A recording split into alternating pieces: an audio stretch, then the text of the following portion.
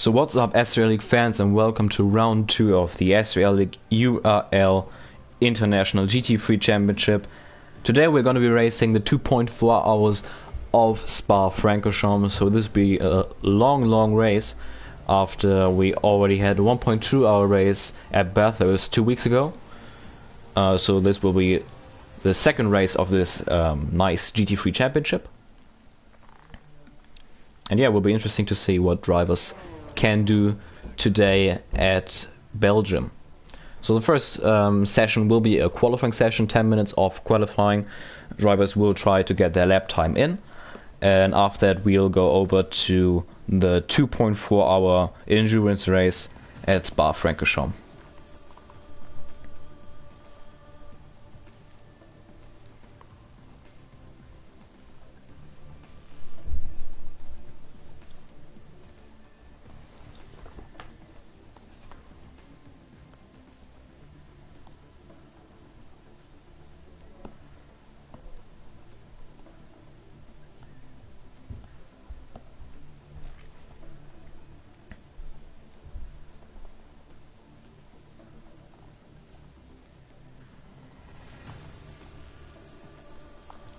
As we're waiting to get into this session. I'm Sandro Doulis, by the way. I'll be your commentator for this series, for this championship. Gotta be honest, I would love to be out there today racing at this beautiful racetrack at Spa, but yeah, I'm gonna do the commentary and just lay back, enjoy, and yeah, hopefully we'll have an exciting race today.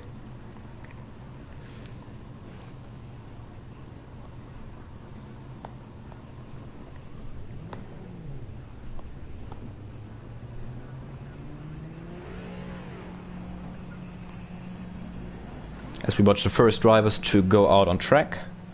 First one out is Samuel Brandt, our last winner. He won round 1 at Bathurst, had a great race, no mistakes, and really consistent, and that's what you want in an endurance race. Samuel Brandt starting for Lamborghini in the Lamborghini Huracan.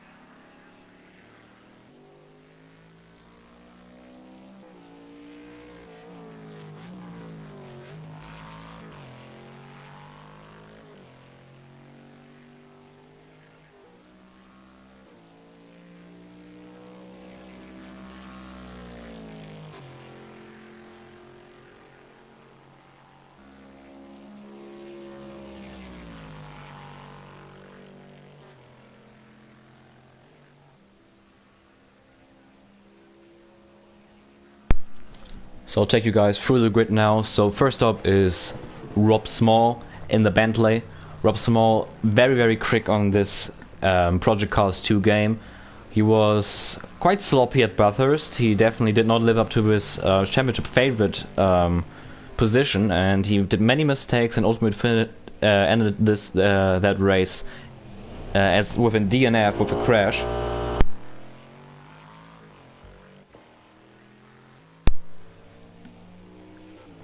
Next driver up is Jeremy Pope. He's a teammate of Rob Small.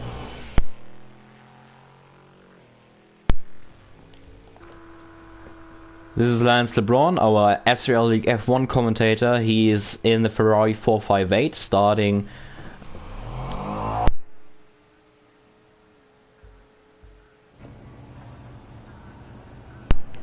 Tim Vantik still in the pits. He's gonna start for McLaren. This is his first race of the championship as he missed the Bathurst round 2 weeks ago. Next up is an SRL League rookie. This is Koivuniemi. He is Finnish and he'll be the teammate of Jansen Randall in the BMW M6. Next up is Nick van Gelder, still looking for his first SRL League Project Cars 2 victory. He came close a couple of times in the SRL League IMSA Championship, but ultimately, yeah, never really got his first victory in SRL League and Project Cars 2. He's still looking for that victory, with hopefully a strong outing today at Spa. Next up is Dion Stahl, who had a really strong race last time out at Bathurst, finishing in a strong P2 position. He's starting this race for McLaren. His teammate is Reese March, who had a great start to last time's race at Bathurst, but he unfortunately got involved into a lap 1 incident, which wasn't his fault, which ultimately put him on the back foot, and he's finished 6th, 2 laps down in that race ultimately. And last but not least is SRL League Samuel Brandt in the Lamborghini Huracan, our winner last time out at Bathurst. He had a really strong race, had good pace and was really consistent, did not make any mistakes, and yeah, let's see if he can repeat his victory from last time out. So we've still got 5 minutes left in this qualifying session. Currently top of the timing table is Dion Stahl, ahead of Jansen Randall in the BMW M6. Jansen Randall probably the favorite to win this race. He has great pace in Project Cars 2. He showed great pace in practice sessions before this race, with 2 minute 19 being his fastest lap time, so that's a really strong lap by Jansen Randall. Jansen Randall also was the fastest driver around Bathurst. Unfortunately, he made a lot of mistakes, which ultimately saw him settling only for a P3 finish. So he's still looking for that first win here today at Spa, when we will be going 2.4 hours of racing. This is the longest race in SRL League history, tied with the 2.4 hours of Daytona, which we did earlier this year. As Jansen Randall just took provisional pole with a 2 minute 20.6. That's a great lap. He's 1.8 seconds clear of his teammate Alexei Koivuniemi. In third is currently Nick van Gelder in the Audi R8, and P4 is round 1 winner Samuel Brandt. Reese Marsh currently running P5, strong lap by him, but still 3.8 seconds behind Jansen Randall, which just shows us once again how fast Jansen Randall really is.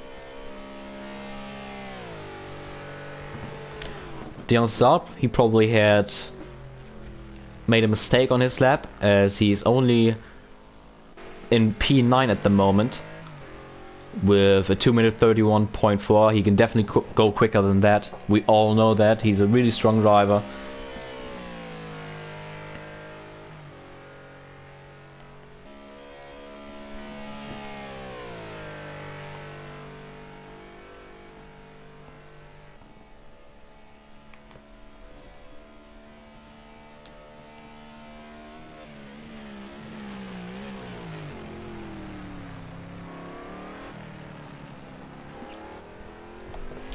As we see on Dion Stahl, will he improve his lap time? As he comes to the line, it's a... Yes, he does. 2 minute 21.4. That's P2, so front row start for Dion Stahl. Still 8 tenths is still a big gap to Jansen Randall, but he is 1 second clear of P3. So strong lap by Dion Stahl as he exits to the garage now. Samuel Brandt currently sitting P5. Everybody has set a lap time apart from Tim Vantik.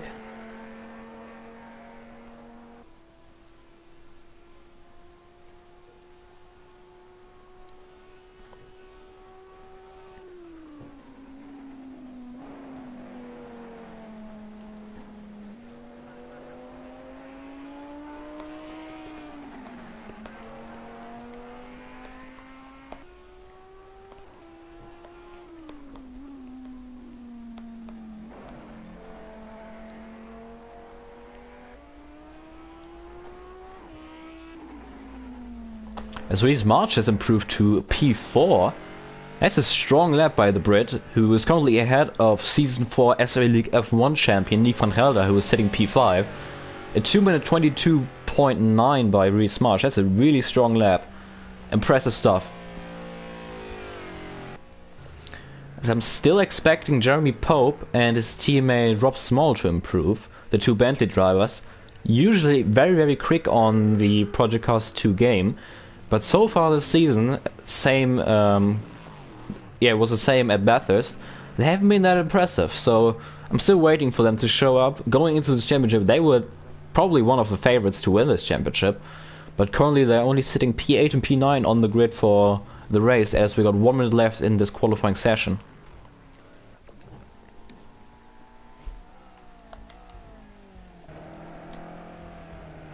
As we're gonna hop on board with our SRL rookie, Alexei Koivuniemi, the Finn. Looks like he's on an outlap though, or his in-lap probably, as he doesn't have enough time anymore to set another lap time.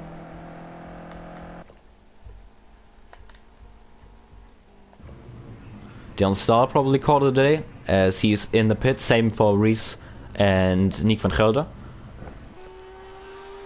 Samuel Brandt is starting his lap now, as he's coming up to Rouge. Really difficult corners in these cars. It's not like F1. You cannot take this corner flat out. A really clean run through Redion though by Samuel Brandt. Steps out the back end a little bit on the exit. As the checkered flag is now falling, drivers are still able to complete their laps though.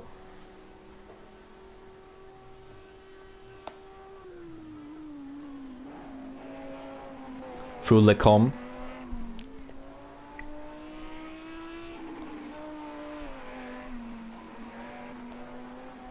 Runs it a little bit wide on the exit there. Puts his right hand side of the car into the gravel. Through the hairpin. Needs a good exit here.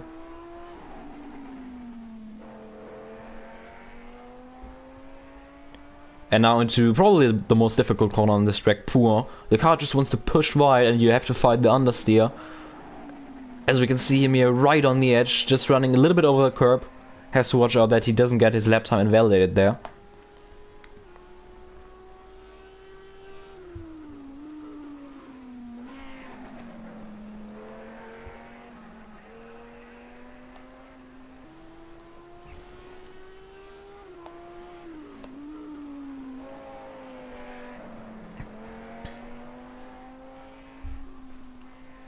As Jeremy Pope just improved his lap time to P5. That's closer to what I expected him to be. A 2 minute 23.0. So he's gonna start inside the top 5.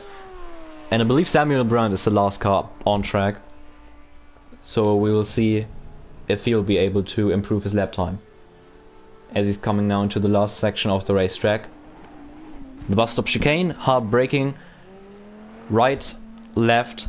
And then he needs to put the power down to go to the run to the line. And let's see what the time will say for Samuel Brandt. It does not improve. So Samuel Brandt will start in P7. So Jansen Randall, unsurprisingly, on pole position, 8 tenths clear of Leon Stahl, who start in second. Third, it's SRL League rookie Koivuniemi. Fourth is really strong qualifying session by Reese March. P5 is Jeremy Pope. P6 Nick van Gelder. P7 it's round 1 winner Samuel Brandt. P8 is Lance LeBron in the Ferrari. P9 is Rob Small. P10 is Yannick Verpeten, and P11 Tim Ventic. It is first SRL League GT3 race. So drivers are currently making some adjustments, probably having a look at their race strategy, and then we'll go on to the formation lap for the 2.4 hours of Spa-Francorchamps, 2.4 hours of GT3 action here at Belgium. Really excited. Will be interesting to see how drivers challenge this track throughout the day and the nighttime.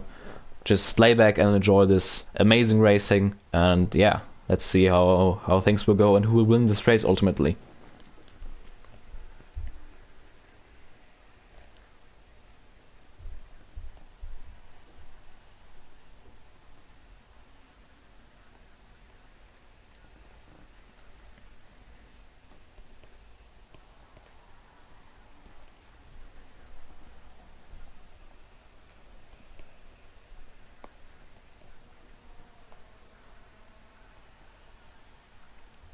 Race strategy will be interesting. I expect it to be a 2-stop. Probably if some drivers will try the 3-stop. Obviously always depending on if drivers get damage. If you get damage on this game, you usually have to pit straight on, so you don't lose that much time with suspension damage.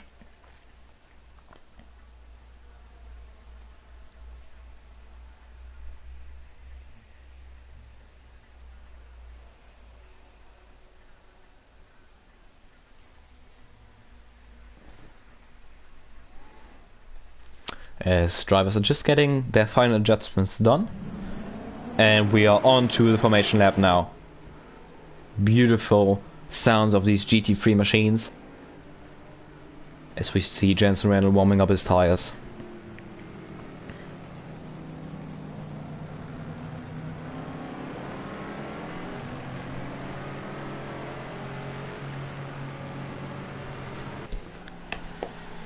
So Jensen Randall will start this race on pole. He did the same thing at Bathurst 2 weeks ago. He started on pole, had the lead on lap 1, but then he made a mistake going down the hill. He lost his BMW, blocked the track and caused a multiple car incident, which ultimately cost Reese Marsh the race. Yeah, and probably ruined his race as well, because yeah, from that on he was on the back foot, had to push really hard and forced himself into more mistakes, and ultimately had to settle for P3 2 minutes and 50 seconds behind race winner Sammy Brunt. Dion Stahl had a great strategy last time out at Bathurst. He started the race in last place and just put a lot of fuel in his car and went really long into the race, and ultimately ended up in a great P2 finish. He doesn't have to do this this time because he's starting in P2 today, so it'll be interesting to see what the Dutchman can do for the Vote of McLaren team in this iconic livery.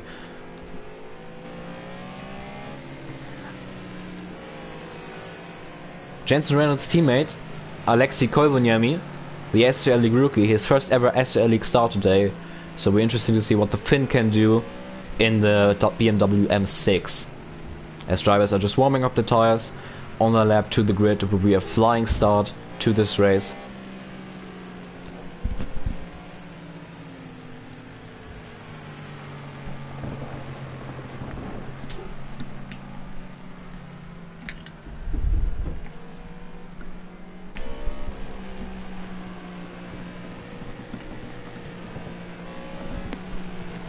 Through Poor,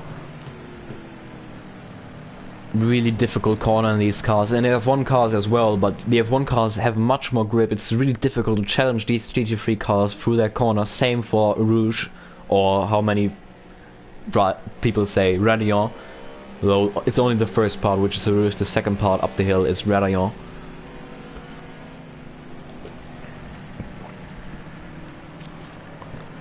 So we're getting closer to the start of this race. 2.4 hours of action. As I said before, it's the longest race in SRL history, tied with the 2.4 hours of Daytona, which we saw in the SRL League IMSA Championship as a season opener back in January, where Vasilios Beretsiotis took the win in a great race. And yeah, hopefully this race will be as great as well. There might be some weather involved in the second half of this race, which is not unusual for this racetrack, for Spa-Francorchamps. Weather can always be the factor at this track.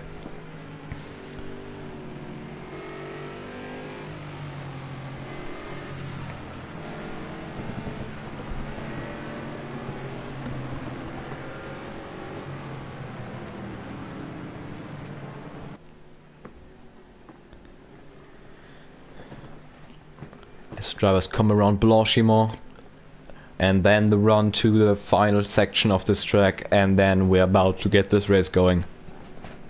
I believe drivers will keep it single file on the race start, just to don't cause that much chaos. It's not necessary. It's a long race, 2.4 hours of time to make it up. And the races go. 2.4 hours of Spa-Francorchamps is underway. Jensen Randall got a great jump on Dion Stahl, who's currently in P2. Looks like drivers are keeping it clean. There's an overtaking There's an overtake by Samuel Brunt against Nick van Gelder. A little bit of contact, I believe. And they will be... Yeah, Samuel Brunt is going to stick back. Thinks better of it. It's not necessary to risk your race that early on. So Jensen Randall in the lead with Dion Stahl in second. No changes in position so far, as we saw the BMW M6 of Koivuniemi running wide in the background. Reese Marsh still in P4. And looks like a really clean start from everybody, so heads up. As Samuel Brunt is having a look again, seems like he's a little bit quicker than Nick van Gelder in the first part of this lap. As somebody spun, that's Jeremy Pope. Jeremy Pope has gone around. And he's all the way down to last place now. So Jeremy Pope, he started P5, has dropped all the way down to P5. And Jensen Randall has dropped down the order. Jensen Randall, our pole sitter, has dropped down the order. So he's made another first lap mistake. Is that believable? He's dropped it again in Lecom. And Lance LeBron goes for a spin. Lance LeBron has spun his Ferrari 488. Probably tires were an issue. So Lance LeBron has dropped all the way down to last position. Jensen Randall has made another mistake on lap 1. So he keeps getting that pole position, but he just makes unnecessary mistakes. And I cannot believe he's done the exact same mistake which he did at Bathurst. So now Dion Stahl is in the lead. 1.1 seconds clear of Jensen Randall's teammate, Koivuniemi, with Reese Marsh running in a strong P3. Really lucky that Randall hasn't caused an incident like at Bathurst when he blocked the racetrack. Probably Jeremy Pope got tangled up this time out, that's why we saw him being spun around. But yeah, nobody seems to have any damage. I just cannot believe Randall has done it again, as he just got by Samuel Brunt, who looks like ran wide through Stavelio.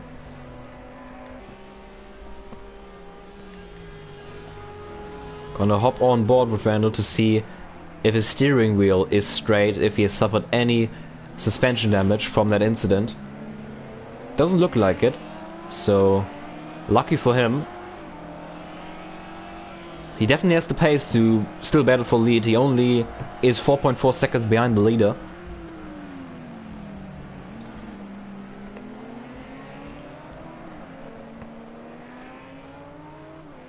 Samuel Brunt has gained 1 position since the race start.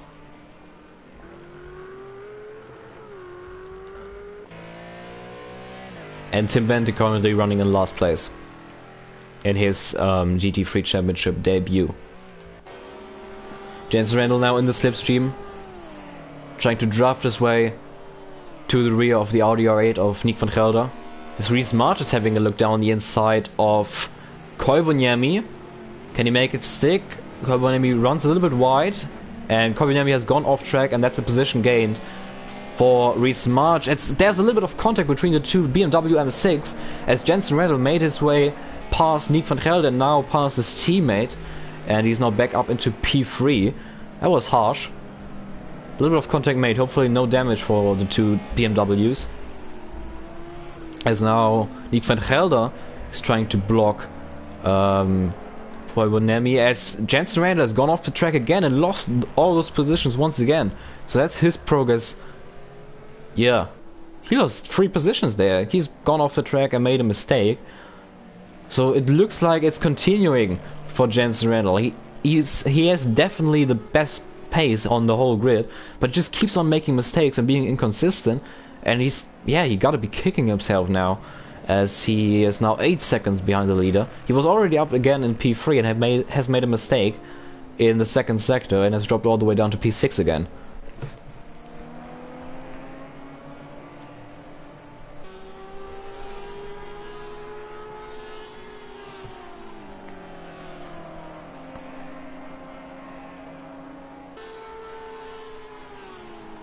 Samuel Brunt, meanwhile, has closed the gap down to Koivuniemi and Van Gelder, as they were in the battle with Jensen Randall for the P3 position.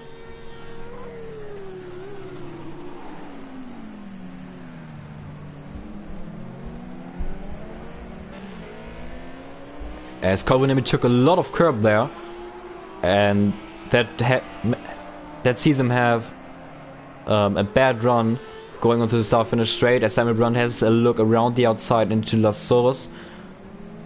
He tries to switch back, but Koivuniemi blocks the inside. Samuel Brandt has to stick back, and as this Scandinavian battle continues. Up the hill now. Rouge, high speed. Samuel Brandt runs a little bit wide, has to cut a little bit of that corner. You have to watch out there. You can definitely get a slowdown penalty, as Nick van Gelder seems to have lost a lot of momentum up there in Radillon, as Koivuniemi takes that position. So Koivuniemi is back into P3 now again.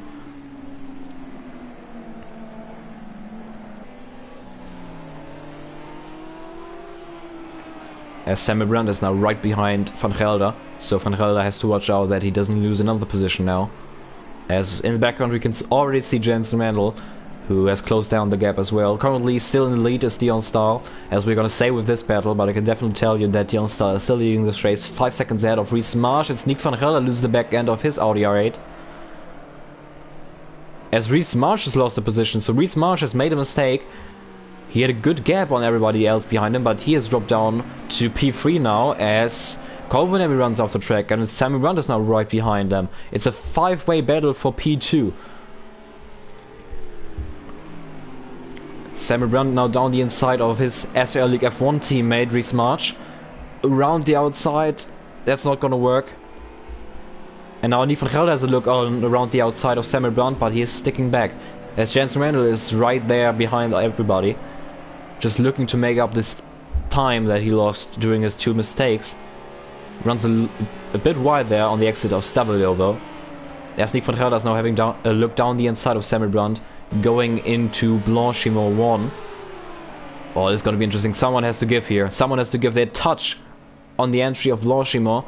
Samuel Brandt runs wide, almost loses the back end of his Lamborghini Huracan, and he's still down the inside of Nick van Gelder, and Jensen Randall tries a really optimistic move into the bus stop chicane and punts Samuel Brandt into the escape road, onto the escape road.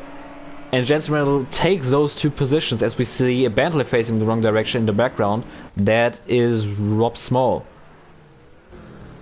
So Jensen Randall definitely, yeah, he did the bump and run there. Bumped Samuel Brandt into the rear, forced him off the track, and that ultimately also caused Nick van Gelder to lose momentum. And Jensen Randall is up in P4. I don't know if he should keep that position. It would be fair if he would give those 2 positions back, as that was definitely not the cleanest way to get around those 2 drivers. As Samuel Brandt is now having a look around the outside of Jensen Randall. Jensen Randall is fighting back, so he's definitely not letting Samuel Brandt back past him. Samuel Brandt tries it around the outside of the Lecombe, runs off the track, has to go over the curb, over the bunny hop, and loses the position to Nick van Gelder again.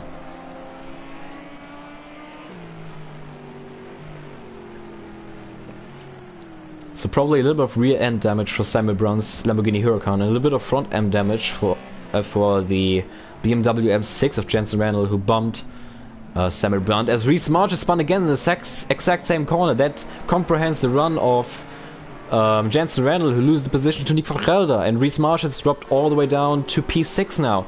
He was running P2 about a few laps ago, and now he's down to 6, 12 seconds behind Dion Stahl. As Jensen Randall is running a little bit wide on the exit of Pouin onto the AstroTurf. Meanwhile, Rob Small is in the pits. He's probably fixing some damage. He's now running in P11 last place. And Dion Stahl is still leading the way ahead of Alexei Koivuniemi. 7 seconds is the gap between those 2. As Jensen Randall is right behind Nick van Gelder now. Will he try another move into the bus stop chicane? We are right behind him now. He's all the way in the slipstream of Nick van Gelder.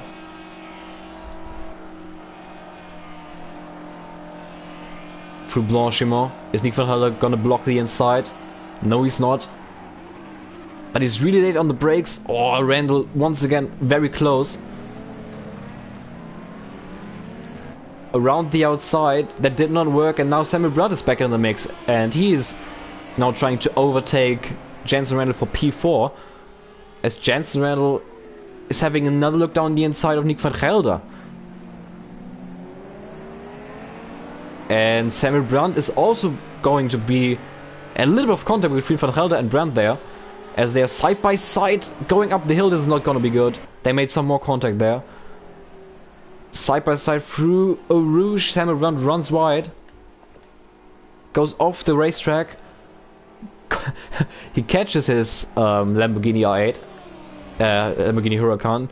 And the R8 of Nick van Gelder is still ahead of Samuel Brandt. That was really, really risky. Those two were bumping up the hill there.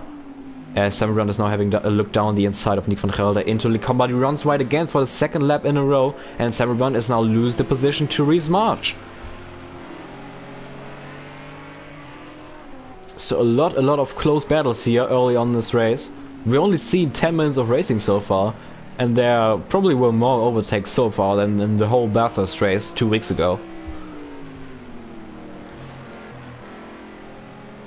I honestly expect Samuel Brandt to maybe have suffered a little bit of damage there from the contact he has made with the R8 of Nick van Gelder. They were bumping and banging going up the hill to Eau Rouge.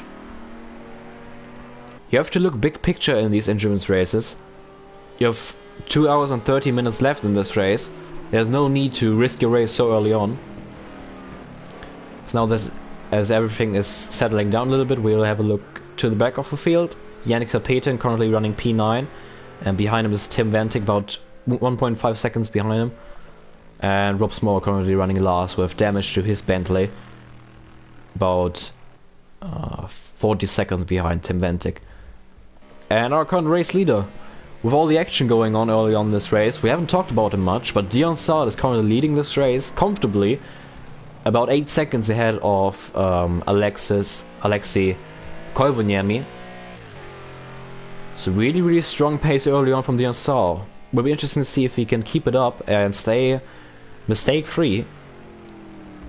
We know that he has strong pace in this McLaren, as we saw in Bathurst when he came back from a last place start and finished in P2, and now he's leading the race here. His biggest threat, I'd say, is Jensen Randall, who's now 10 seconds behind him. We will have to look at that gap, as Samuel Brandt just got by his SRL F1 team at Rhys March for P5. Yeah, we have to look on the gap between Jensen Randall and Dion Sard, because Jensen Randall definitely has the best pace in this field. He just keeps on being inconsistent. Currently the gap between Jensen Randall and Dion Sard is just under 10 seconds, as Jensen Randall is running P3.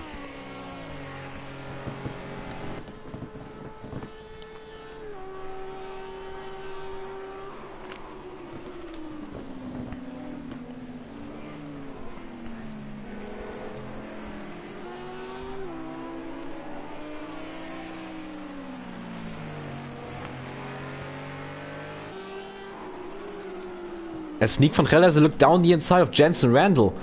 Randall has made another mistake. Is that believable? That's his fourth race, his fourth mistake in this race so far. And this race is only about 15 minutes old. So Jensen Randall has dropped down to P3 now. There was a little bit of contact between him and van Gelder too. And Jensen Randall's car definitely looks damaged. His front end is damaged quite a lot, so he definitely made some more contact. And he's moving to the right hand side. He definitely got some suspension damage as well on his BMW M6, as Samuel Brandt just got by him. So I expect Jensen Randall to pit this lap for damage. Is it believable that Jensen Randall has this amazing pace, but just cannot keep himself on the racetrack and keeps on making mistakes? 4 mistakes already in this race, and we're only racing for about 15 minutes now. Yeah, and his bumper is moving. Yeah. His bumper is moving around a lot, and he seems to have suspension damage. I expect Jensen Randall to pit for damage this lap. So that's Dion Sard's biggest competitor for the race lead at the moment, shooting himself in the foot.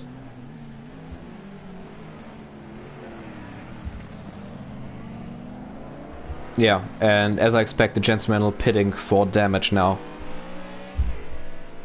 This is unfortunate, but it's to his own doing. He doesn't make himself any favors risking his race this early on and being so inconsistent in a 2.4 hour endurance race. And he'll be stuck in the pits for a long time now trying to fix this damage.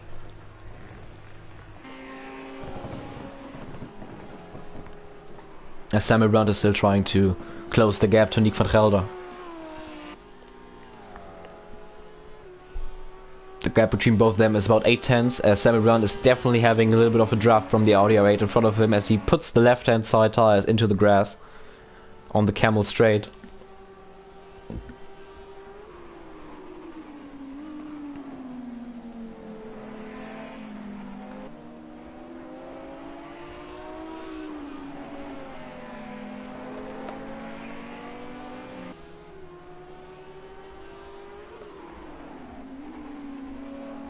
A little bit of moving on the braking there from Samuel Brandt, so he was definitely late on the brakes going into the hairpin.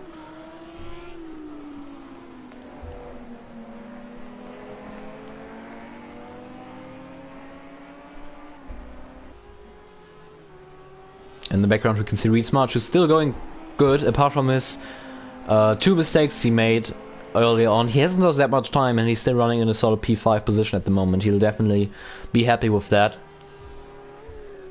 As Jensen Randall, I believe, has exited the pits now. He is back on the Camel straight in P10, 1 minute behind our race leader Dion Stahl. The only driver still behind him is Rob Small, who's currently making his way into the pits for a second time. He's suffered from damage again in his Bentley.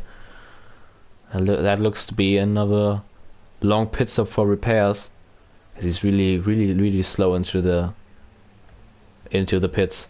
As we can hear Dion Stahl, who is making his way through the final corner. He's gonna put Rob Small a lap down.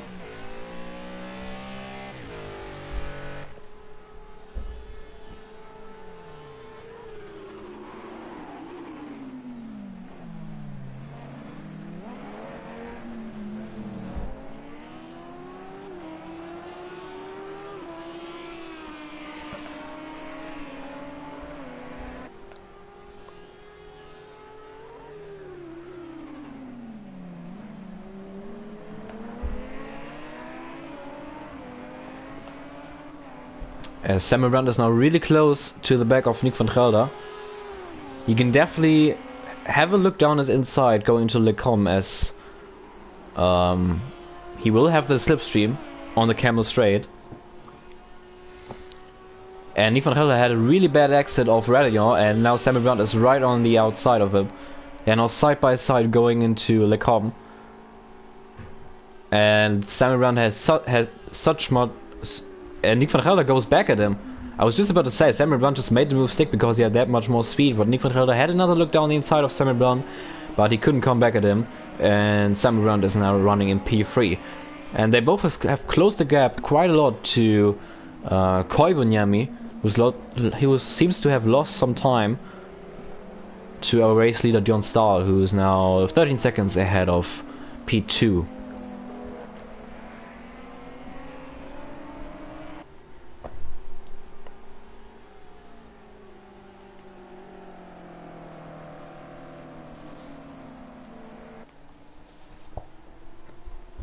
As we can see, the sun is setting, so we're not that far away from nighttime, as Nick van Gelder is still really close to the back of Samuel Brandt.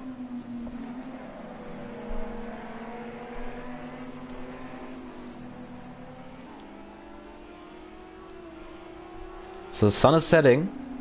Drivers are probably closing down to the first pit stop now, as we are about to see some nighttime racing here at Spa.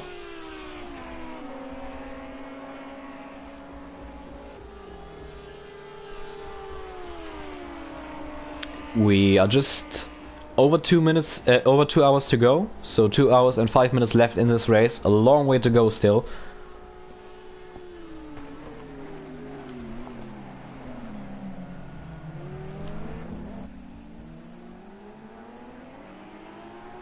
As Dion Stahl still in the lead, he's just managing his gap at this point, trying to not push his car too much. We see what happens when you push your car too much, with Jensen Randall, who has made multiple mistakes so far this race and probably cost himself a chance at the win, as he's now currently running P9, a minute behind the race leader. And Samuel Brandt has now definitely closed down the gap to Koivuniemi. Don't think he'll be close enough for a move already on this lap, but definitely next lap. Saying that though, Koivuniemi made a mistake on the exit of Radion, and Sandro Doulis is now right behind Koivuniemi. The Dane got a big run, tries to move down the inside of Lecom. Is that possible? Yes, it is. Koivuniemi sticks back, thinks better of it. Koivuniemi ran wide actually and loses another position to Van Gelder. So Koivuniemi lost 2 positions in the span of 2 laps at 2 corners and is now down to P4. As the sun is setting more and more, we see drivers switching up their lights, their big bright lights on the GT3 cars, and we're about to witness some night racing. My favorite time in a 24 hours, or in our case 2.4 hour race, the night time. It gets lonely in the car, it's dark around everything. This track obviously doesn't have any lights, so drivers are just focused right in front of their car on the racetrack. They just have this little circle of light from their own headlights. It's not like in a F1 race at Singapore, for example, where you have so many lights around the track. There are no lights here. You're just basically driving through the forest, and you just have to rely on your own instincts and your own front headlights.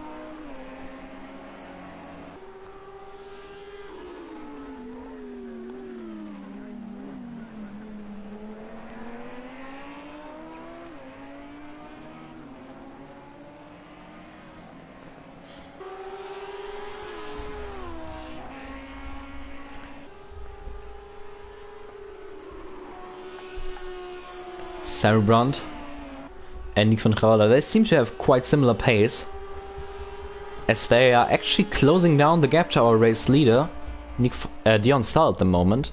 Not by much, by a second, but they're definitely closing the gap down a little bit. It's now down to 10.7 seconds. As we're having a look at Jeremy Pope, he's 2 seconds behind Reece Marsh at the moment. That's the battle for P5 at the moment. Jeremy Pope, who had that spin on lap 1, trying to avoid the spin ahead of him from our pole setter Jensen Randall.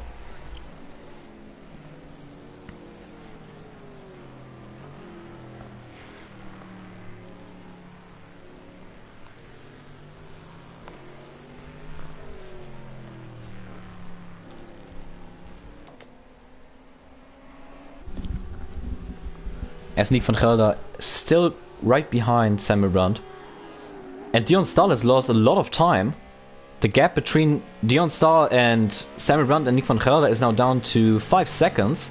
So Dion Stahl probably made a mistake, so he's not mistake free anymore.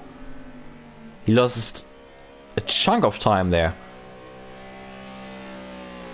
Doesn't seem like he has any damage on his McLaren though.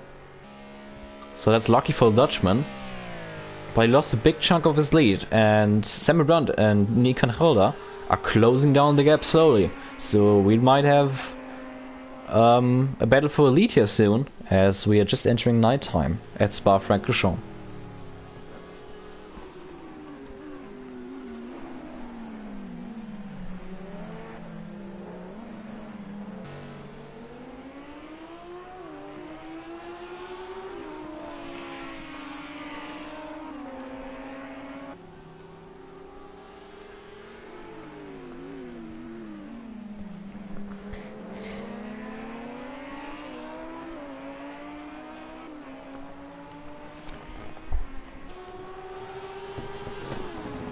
Will be interesting to see if Nick van Gelder tries a move on Samuel Brandt. I don't think so. I think these two are literally just concentrating on working together and catching Dion Stahl ahead of him, who we just saw drive through the picture.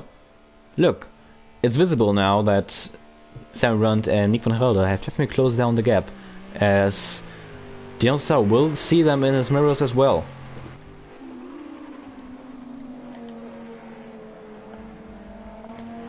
As we hop on board with Nick van Gelder. Sun has almost gone down completely. Yannick Verpeten has made a mistake, as we did not pick up that, but he has dropped down to P10 behind Jensen Rennell, now 1 minute and 18 seconds behind race leader Dion Stahl.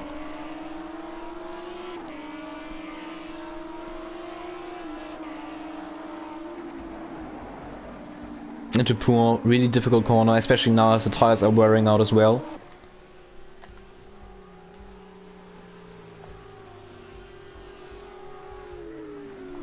As we have a look at the fuel load on these cars, you can see on the right hand side, left to the gear is it says how many liters there are still in the car.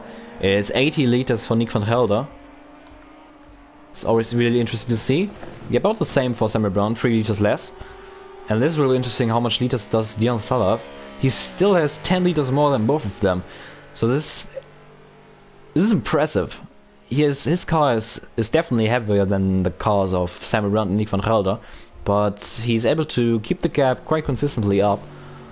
And he'll definitely go about 2 or 3 laps longer than these two.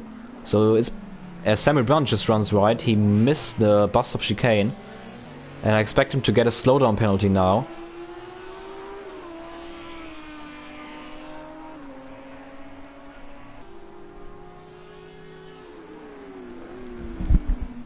And we have our first driver in the pits. That's Koivuniemi, and I think he suffered suspension damage. So Koivuniemi has made a mistake somewhere, because as we can see on the right hand side, his car is still filled up with fuel. So this is an unscheduled pit stop for repairs. So that's really unfortunate for the SRL League rookie in his first ever SRL League start here today. Alexei Koivuniemi seems to be out of the conversation for the race win.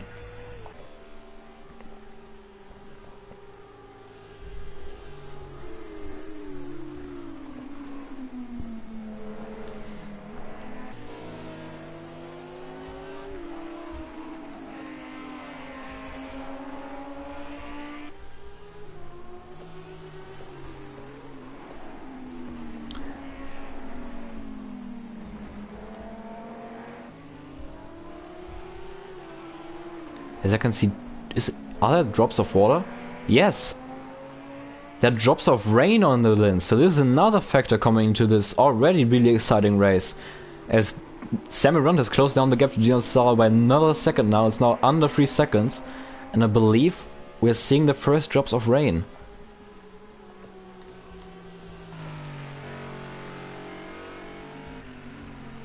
Gonna hop on board with Dion Stahl. Yes, his windshield wiper is on, definitely. There are spots of rain here. So, not really surprised, as you expect that at Spa. But I expected this rain to come much more later, probably around the sunrise, early in the morning. But it's already coming here when the sun is setting, so that's a surprise for many drivers, as we're gonna see some wet weather racing.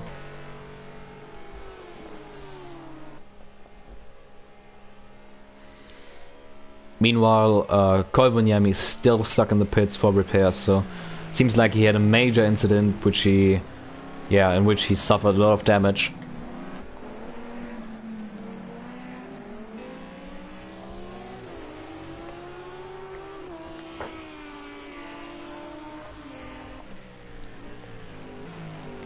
This is Reese March, running in a strong P4, and right behind him is Jeremy Pope. Jeremy Pope slowly catching up to the Brit. So we're having a quick look at the current in the current standings. We can see on the right hand side there's a 6-second time penalty for Sam Brown, so this will be interesting to see at the end of the race. Reese March and Jeremy Pope have both got a 1-second time penalty, but 6 seconds, that's a lot, so it will be interesting to see what happens at the end of the race with Samuel Brandt. As Samuel Brandt, meanwhile, has closed down the gap to Dion Stahl even more. It's below 2 seconds now.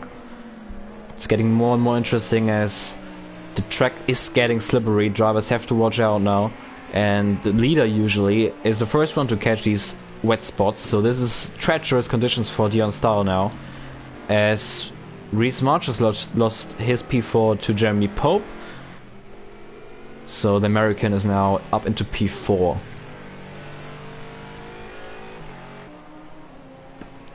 As we still have this three-way battle for the lead.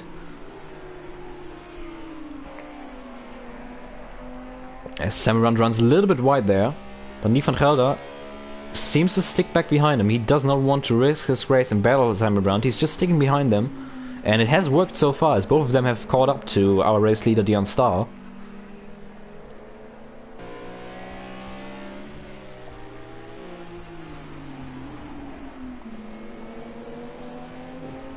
Samarand is not using the windshield wiper yet, but we can still see drops of rain. It doesn't look like it's raining hard, but it's definitely sprinkling.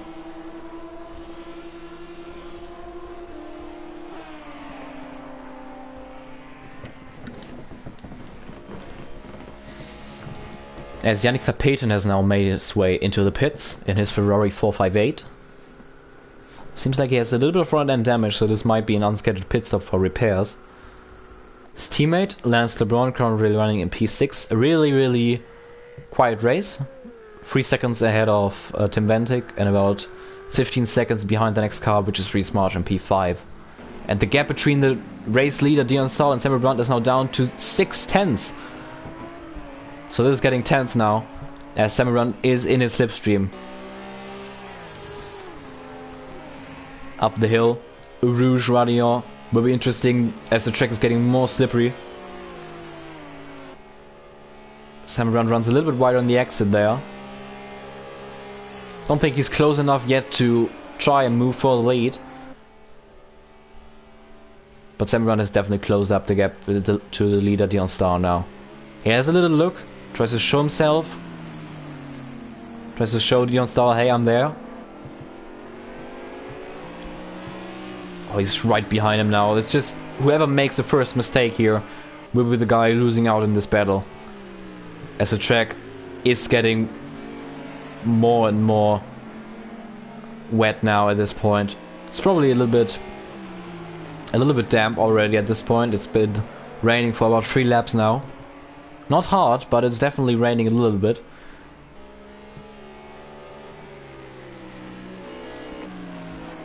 Nick van Gelder in P3. He's probably gonna look at this battle and just, yeah, wait, and he might be the lucky one who gains 2 positions here and gains the lead. So this is a really nice battle. 3 SRL League legends basically. Dion Stahl and Samuel Brandt have been racing in SRL since SRL League Season 1 back in 2016. And Nick van Gelder joined for Season 2. And Dion Stahl is an SRL League champion as well. He won the SRL League Championship back on F1 2018 in Season 4. So experience is leading this race.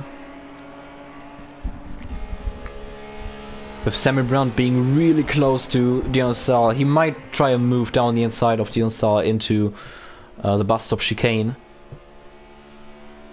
It's not close enough though. Hard braking for this left and right. Oh, great exit by Brandt, and Brandt he's so close, but he's not close enough to make a move. A little bit of a wiggle on the braking there by Dion Stahl, and Samuel Brandt is right behind Dion Stahl, but Dion Stahl is just blocking the road, and there's nowhere to go for Samuel Brandt. And Samuel Brandt's momentum was definitely blocked there by Dion Stahl, who placed his McLaren right in the middle of the exit of La Source. As Nick van Gelder is now really close to Samuel Brandt in his slipstream. He's looking to the outside of the Dane. Will he try to make a move? They make a little bit of contact, I believe, on the braking there. And Samuel Brandt, oh, for a second I thought he might take out Dion Stahl there, as he was really late on the brakes. And Nick van Gelder sticks back and stays in position.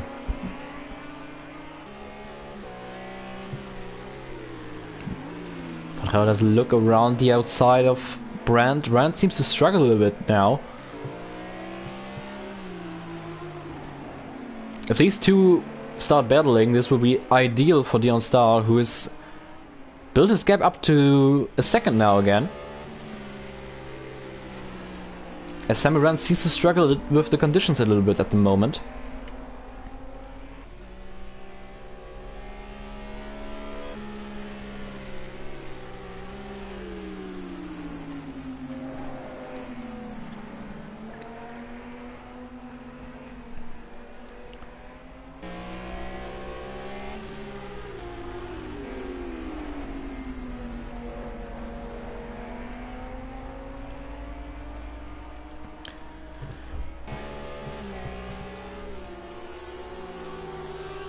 Meanwhile, we are below 1 hour and 50 minutes to go now in this race.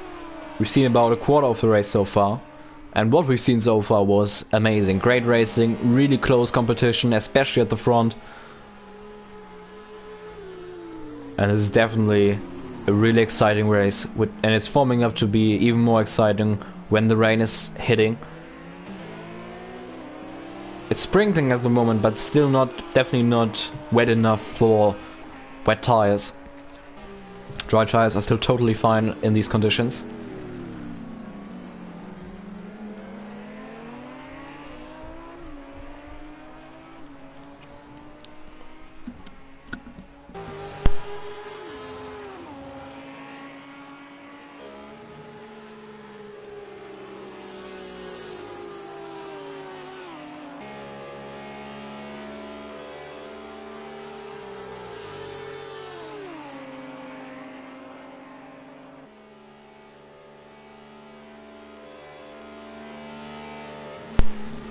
As two drivers have made himself... Oh, Nick van Helder tries to move down the inside of Samuel Brandt. As Reese March is in the pits at the moment. Koivuniemi is in the pits as well as Nick... Oh my goodness, Nick van Helder is on the grass, got blocked there by Samuel Brandt. And Nick van Helder is now up into P2. Samuel Brandt threw a late block there on the Dutchman. But Nick van Helder didn't have anything of it. And just made the move on the grass. The pass in the grass there by Nick van Helder. That move was made famous by Dale Earnhardt back in the day in the NASCAR series. Made a great move down the inside. And the tri-oval at, I believe, was Charlton Motor Speedway.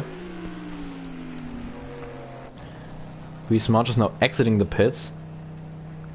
Guess this was a scheduled pit stop by the Brit. Yeah, he fueled up his car. And he exits the pits in P8.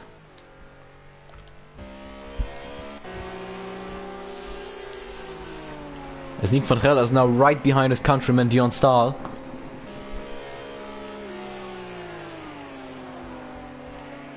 So this is the battle for the lead. Two Dutchmen trying to take the lead here. Well, I should say one Dutchman is trying to defend the lead, the other one is trying to take it away from him. And Samuel Brandt is right behind there, watching this battle. Not watching, he's attacking. Nick van Helder had a bad run there through the bottom chicane, and Samuel Brandt is once again right behind him.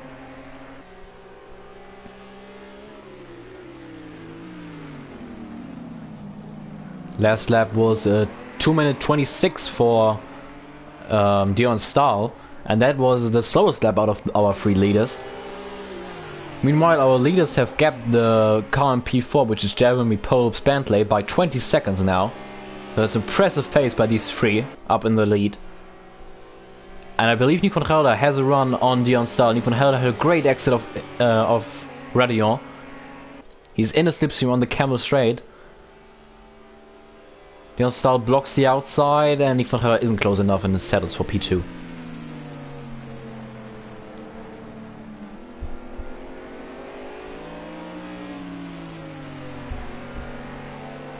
Oh, Nick van Gelder. He tries to move down the inside just like he did last lap on Samuel Brandt. Down the inside in the hairpin. Dion Stahl tries to hold it around the outside. Nick van Gelder loses his RDR8. There was probably a little bit of contact made, and now Samuel Brandt is all over him. Samuel Brandt down the inside of Nick van Gelder. They're still side by side now, going into Pouin. Nick van Gelder was in the lead there for a second. Nick van Gelder has the outside here. Samuel Brandt had the inside, and there was no chance for Nick van Gelder to hold around the outside there. So Dion Stahl had lost the lead there for a split second, and then they made contact. And Nick van Gelder got out of shape there, lost his R8, went a little bit into the grass on the inside as well, and now has lost the position to Samuel Brandt for P2.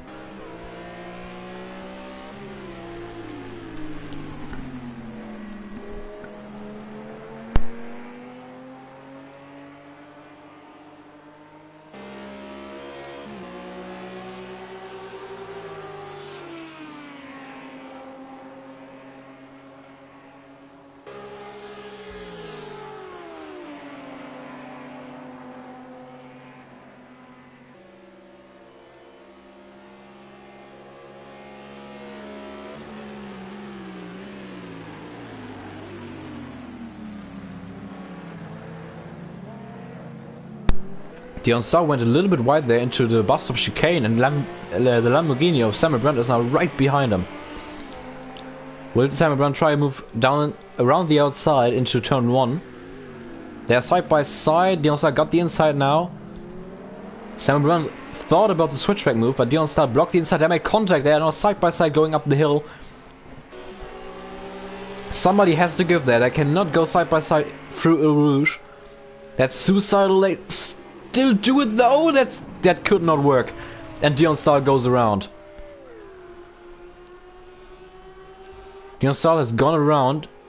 Don't think he touched the wall though, so really lucky for Dutchman, but he had definitely lost the lead now. And Samuel Brandt has gained the lead. Right in front of Nick van Gelder. That could not work. You cannot fit two cars through Eau Rouge. And definitely not in these GT3 cars, which are really wide and cannot go through Eau Rouge flat out. That could never work. For a second I thought Samuel Brandt would stick back, but he kept it down the inside of Dion Stahl. And that ultimately ended up in Dion Stahl spinning out.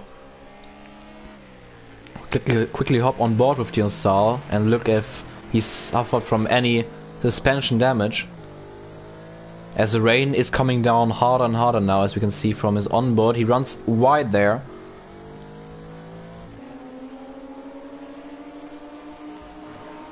Nick van Gelder right behind Samuel Brandt. Rob Small is pitted. It's all going down now. I don't think Dion Stahl has suffered any damage. But the conditions are very treacherous at the moment, as we saw a Ferrari off the track. I believe it was Yannick Verpeten, who's just gone down another lap.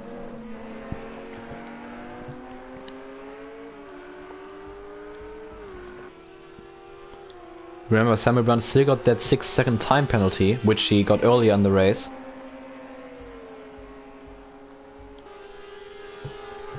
Nick van Gelder is all over the Dane. Can Van Gelder gain the lead now? As Dion Stahl is dropping further behind those two.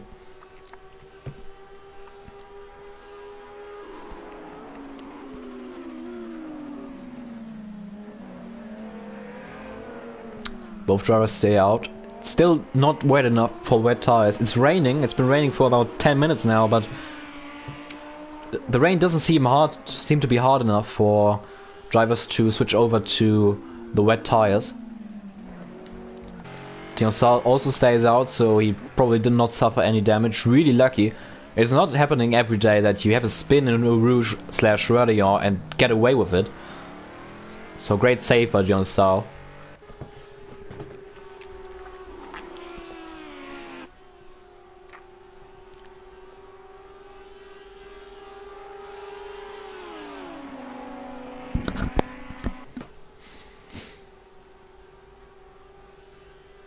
Nick van Gelder just not close enough to make a move on Samuel Brandt.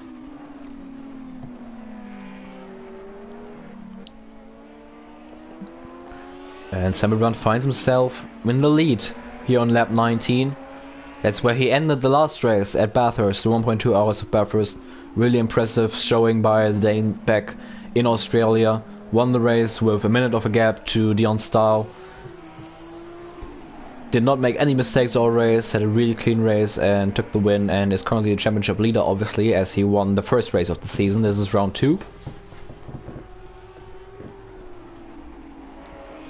But Nick van Gelder is all over him. He wants that lead. He wants the race lead after 2.4 hours of Spa-Francorchamps.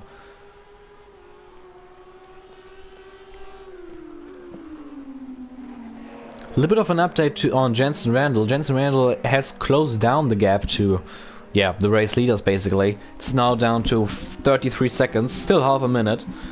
But the Brit has definitely closed down the gap again after his multiple mistakes and pit stop for damage. We have to keep an eye on that gap, as we all know that Jensen Randall is really quick. But those two are as well, Nick van Gelder and Samuel Brandt. Nick van Gelder drops his right hand tires into the grass on the entry of Blanchimont. But once again, he's not close enough to try and move down the inside of Samuel Brandt into the bus stop chicane. You also have to appreciate what these drivers are showing here today. Battling in these conditions, tires are dropping off, the tire wear is definitely kicking in, as this stint has been going on for 30 minutes now, over 30 minutes. So tire wear is kicking in, the track is probably damp at this point, slippery, and these drivers are just battling and racing these machines at the absolute limit.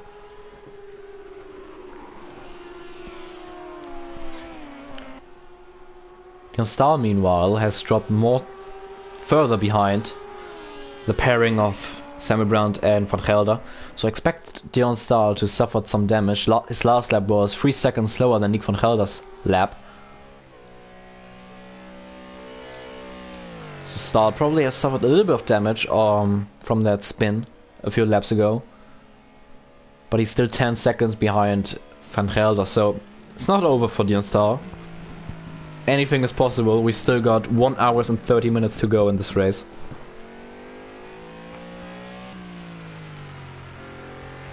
As we did not see it on screen, but Tim Ventic has made his way past Lance LeBron.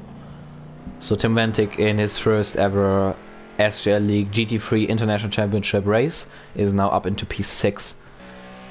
And we also did not talk about it, but I believe we've lost Yannick Verpeten. So Yannick Verpeten, who was running in last place, has retired his car. So Verpeten, in his home race, is the first retirement of the day.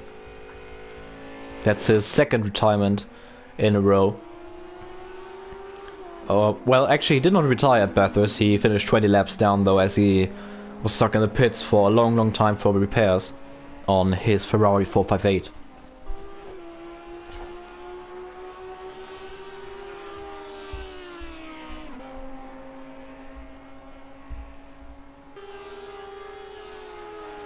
But as Yannick Verpeten is telling us in the live chat at the moment, his power shut down. So a technical issue for the Belgian, which is really unfortunate. But yeah, nothing he could do about that. That was not in his hands, unfortunately.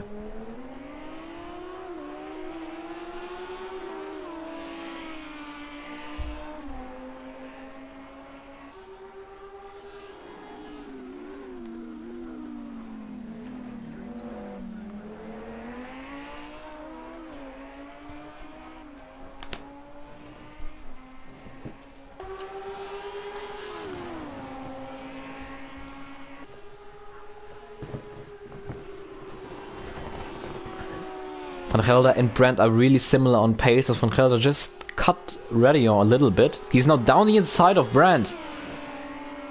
That was really close here on the Camel Straight. And Van Gelder is into the lead.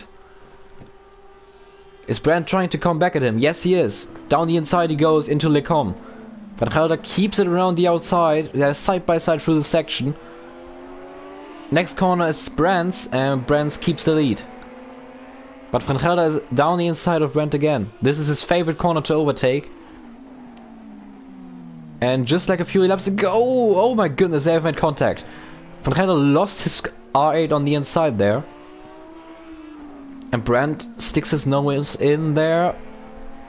well, they're still side by side. They've been side by side for multiple corners now, but it seems like the battle has settled now, and Van Gelder is up into the lead. No, it's not. Sam Run tries to move down the inside of Van Gelder into Puma, but he sticks back. There was definitely some contact made in the hairpin when Van Gelder lost his R8 on the inside of that turn. And Van Gelder loses his R8 again. And he's in the grass, so it looks like the track is getting wetter and wetter at this point. Yeah, we can see the track is shiny now. So drivers are struggling with grip. These conditions are treacherous. This is a turnover point now, I think. I don't think it's wet enough for wets, but it's too wet for dries. So Samuel Brandt is back in the lead. I was just about to say that both of these drivers are running really similar pace, but it seems like the rain has just intensified, as we've just lost Rob Small. So Rob Small is the second retirement of the day, his second retirement in a row as well, as he already retired at Bathurst 2 weeks ago.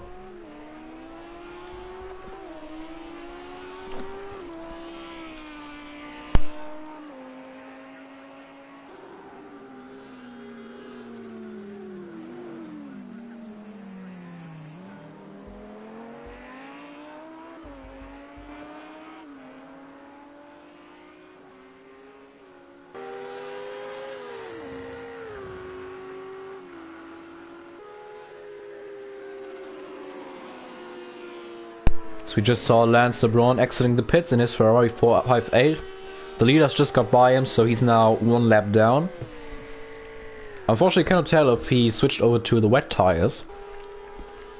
If yes, we'd be interested to see what lap times he's doing, and if the wet tires are quicker than dries.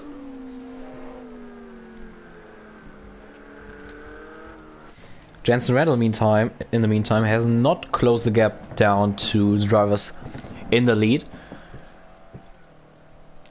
He lost 4 seconds instead, so the gap between him and race leader Samuel Brandt is up to 37 seconds. But he is closing down the gap to Jeremy Pope in P4, who's running in front of him. He's the only Bentley left, as his teammate Rob Small retired about a few laps ago.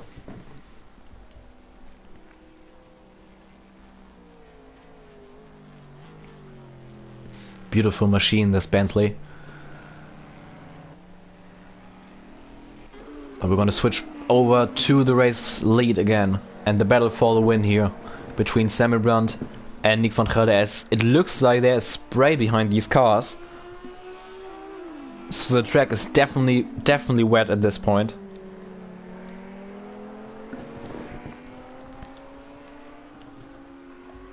We're gonna hop on board with Nick van Gelder to see what he's dealing with.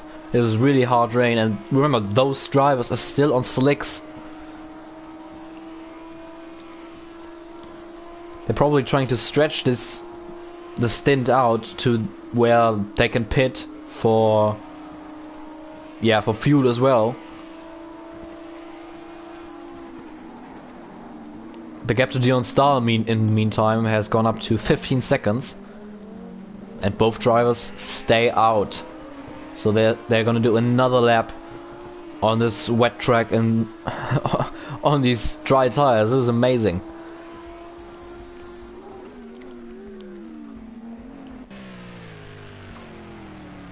Let's have a look at Dion Stahl. He stays out as well.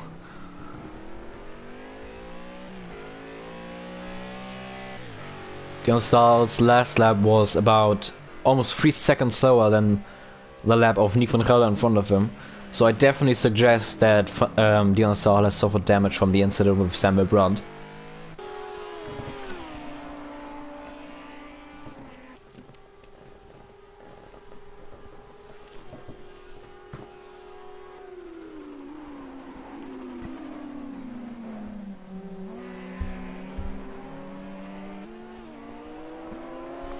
And Jeremy Pope has just entered the pit lane. So I believe Jeremy Pope will be the first driver of the top group to switch over to wet tires. Yes, we see Jeremy Pope, who is gonna visit his Bentley pit crew for the first time in this race.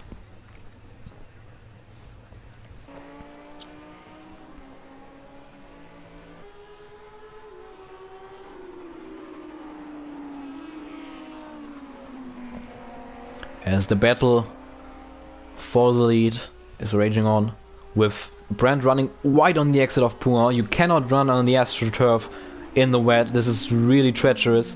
And Van Gelder goes for a spin. Van Gelder is the first one to make a mistake of the two leaders. He's in the grass. He has to watch out for the lap car of Lance LeBron.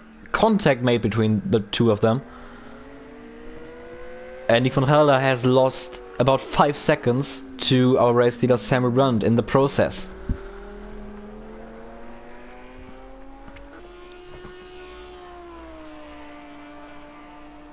Samuel Brandt still yet to be caught out by these conditions.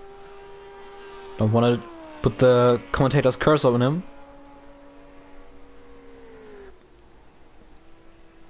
And let's see if the Dane will pit this lap for wets or if he will stay out for another lap. He stays out. This is wow. I'm impressed. Nick Van Gelder stays out as well. So the track looks really wet. There's spray behind these cars, but they seem to think it's still quicker on the dry tires.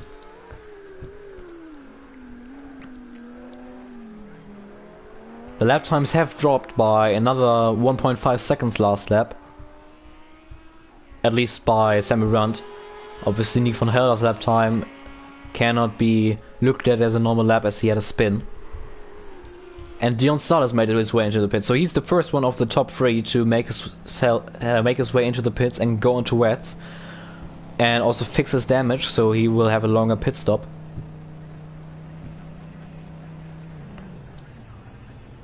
He's overshot his pit stall.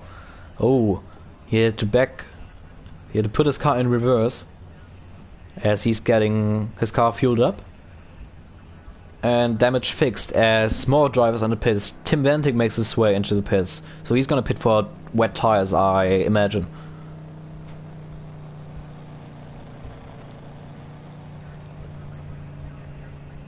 Dion Stahl is getting his car repaired. And his tires are changed, and I'm pretty sure he's gonna get wet tires.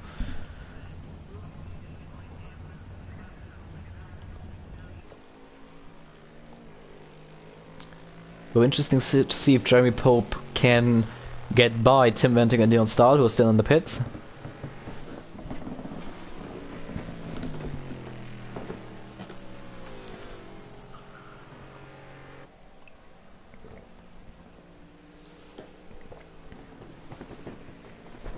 He's coming into the final section of the racetrack now.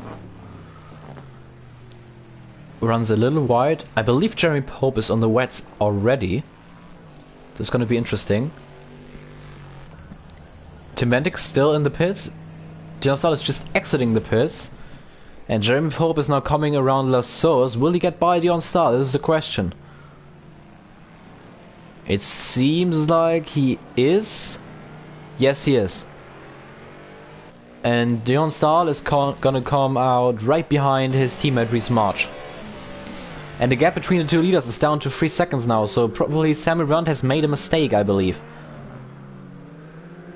But despite the mistake, he stays out for another lap. Yeah, look, he's dropped behind Lance LeBron, who he already put a lap down a few laps ago. So we just missed probably a spin by Samuel Brandt. As his last lap was 7 seconds lower than Nick Van Gelder's. As he just got by the lap car of Lance LeBron again. Interesting to see that these two are still staying out, while Dion Stahl and Tim Ventic went into the pits. And look at the lap times. Jeremy Pope was the first driver to pit for wet tires, and his last lap was 3 seconds quicker than Nick Van Gelder's, and 8 seconds quicker than Samuel Brandt's, who obviously had a spin. So that definitely shows us that wet tires are probably quicker at this stage, as Jensen Renner just made his way into the pits. I believe the two leaders have made a mistake by staying out. Here we see Randall in the pits for the second time in this race. Remember earlier he had to make an unscheduled pit stop for damage repair.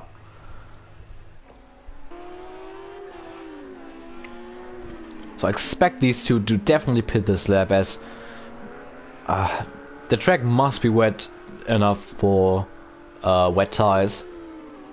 As we see wet tires being the quicker tires as well at this point, with Jeremy Pope being quicker than the two leaders.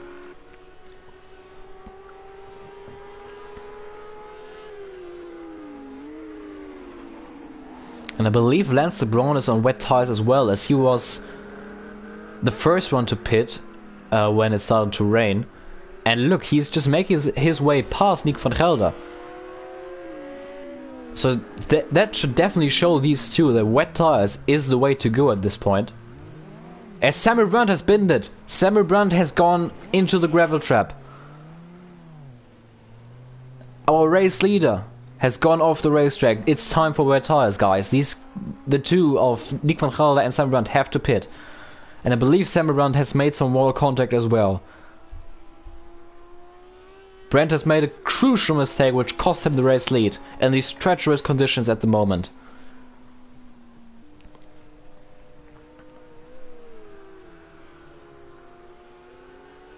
I expect Nick van Gelder to make his way into the pits now.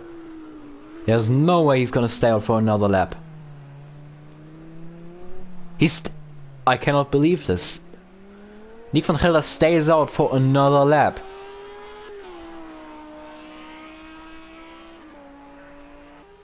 And he's gone another almost 10 seconds slower on this lap. Samuel Brandt pits. This is the only correct thing to do. And Nick van Gelder stays out. I do not understand that strategy by the Dutchman. We can see drivers like Lance LeBron and Jeremy Pope and every driver on the wets being about 10 seconds quicker than the dry tires at the moment. But Nick van Gelder decides to stay out. I do not understand the strategy.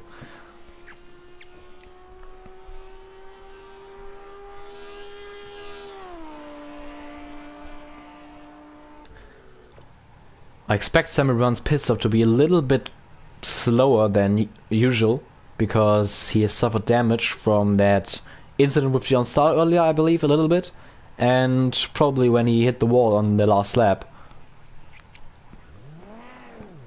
But don't think he fixes damage, because there was a really quick pit stop by the Lamborghini crew, and he's back out on track again.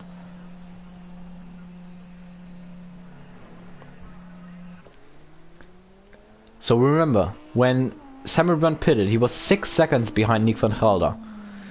If Nick van Gelder pits this lap, which he should there's no other way, he should pit this lap.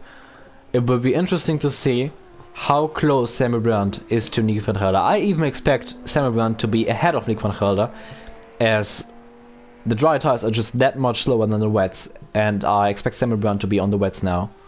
Gonna hop on board with Nick van Gelder to see what the conditions are like on the dry tires. Look how cautious he has to be. The track is clearly too wet for dry tires, and he has to sneak around that track now. This reminds me of F1 in real life in 2008, the last few laps when Lewis Hamilton and Kimi Räikkönen were battling for the win, and they had to be super cautious on the dry tires and a wet track. Yeah, Samuel Brandt is definitely going to take the lead here when Nick van Gelder pits. Nick van Gelder has made a big strategic mistake when he did not pit on the last lap.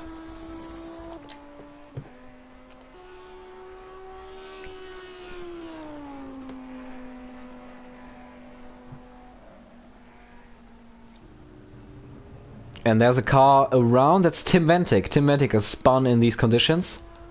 Tim Ventic is on wet tires though. And he doesn't seem to get his McLaren into a correct gear. And Nick van Gelder finally makes his way into the pits. He should have pitted about 3 laps ago. Definitely stayed out too long. At least 1 lap too long, as his competitor Samuel Brandt pitted on the last lap. And he's lost a lot of time. So this is going to be interesting now. What will the gap between the two leaders be?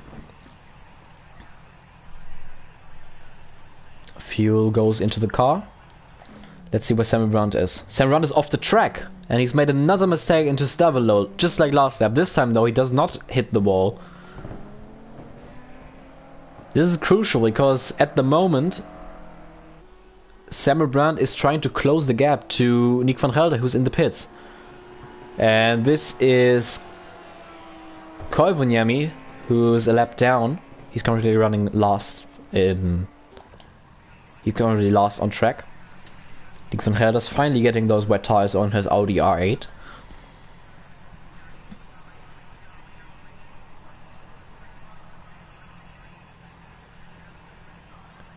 And he's gonna exit his pit stall. No, I think he's still getting some repairs done. While Samuel Brandt in the meantime is pitting again? Samuel Brandt is pitting again. What is this all about? And Nick van Gelder is gonna exit the pits. Did Samuel Brandt suffer damage? Or did Samuel Brandt not get the correct tires on this car? Wow, okay, this was unexpected.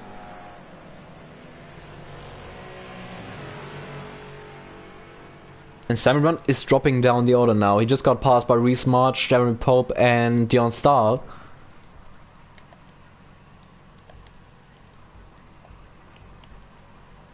I believe Samuel Brandt is getting damage repaired. So Samuel Brandt has made a mistake on his outlap on the wet tires and is now stuck in the pits for repair. So that's really unfortunate for the Dane, who I definitely expected to take the lead, as Nick van Gelder definitely made a mistake with his strategy. But this whole weather scenario has bumped the field back up together, as we see the top 5 cars within 12 seconds. With Jensen Randall running in P2, 8 seconds behind race leader Nick van Gelder. We also have to note that Tim Venting just retired, so he's the 3rd retirement of the day. Other retirements are Yannick Verpeten and Rob Small.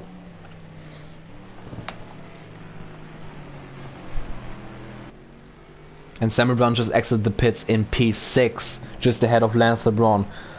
So Samuel Brandt is now 40 seconds behind race leader Nick van Gelder, so a crucial mistake being made by the Dane.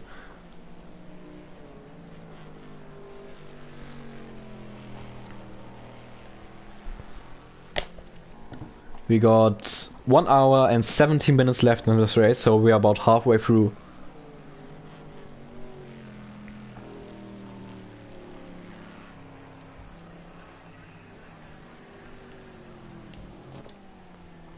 I'll pick up Jensen Randall. He made a lot of mistakes early on. Had to make a pit stop for repairs, but he's now back up into P2.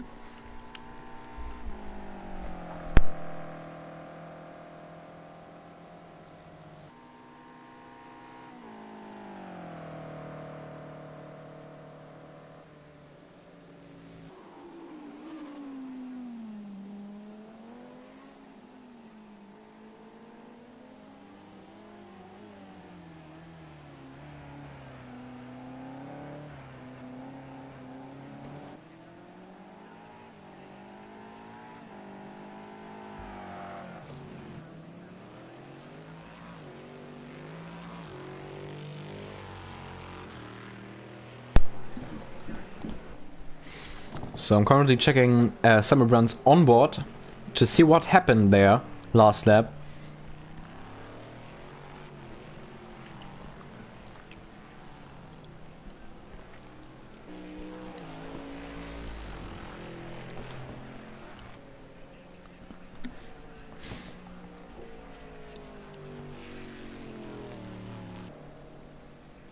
I believe Sam Brandt did not get his tires changed.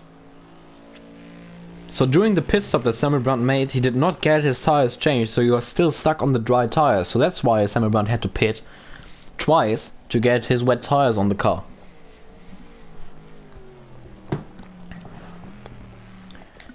As the gap between Nick van Gelder, our race leader, and Jensen Randall is, between 7 and 6 seconds. It's been that way for a lap now.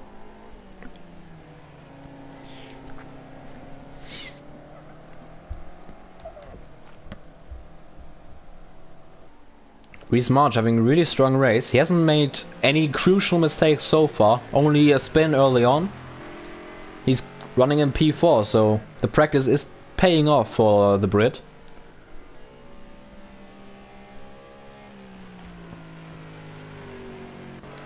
Dion Stahl, he got put on the back foot by the incident he had with Samuel Brandt, and because of the damage he suffered, he had a really long pit stop which dropped him behind Jeremy Pope and Reece March. So Dion Stahl still got 1 hour and 50 minutes to go, and he has enough time to make that time lost back up.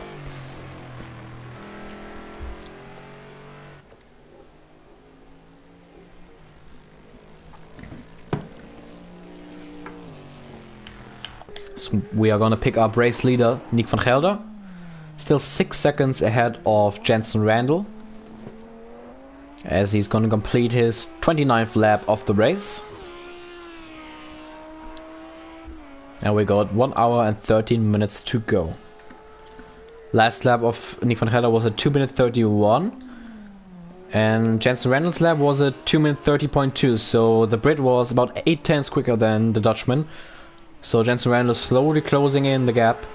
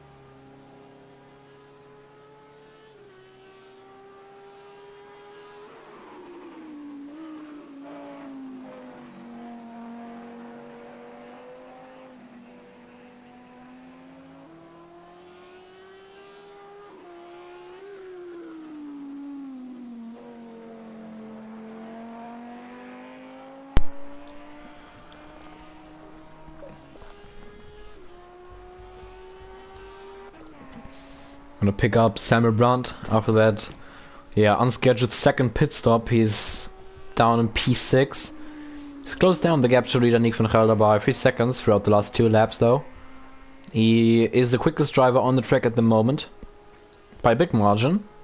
His last lap was a 29.7, which was 1.5 seconds quicker than race leader Nick van Gelder.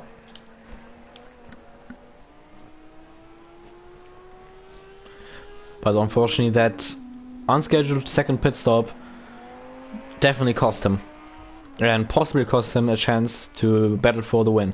But it's still too early to say. We got over an hour to go and the gap is only 35 seconds. It's an endurance race, it's raining, everything can still happen.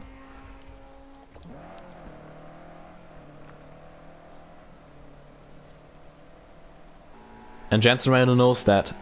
He had a terrible start to the race. He obviously started from pole position, made another mistake on lap 1 just like he did at Bathurst, lost the lead, made some contact with Samuel Brandt, then had another incident in which he spun and hit the wall. That's what he got the damage from on the front of his BMW. Had to pit for damage and was down by 50 seconds to the leader. And now he finds himself in P2, only 4 seconds behind Nick van Gelder. Reynolds has to watch out to stay cautious though, don't make any more mistakes. We know he has the pace to win, but it's just his inconsistency which is always costing him.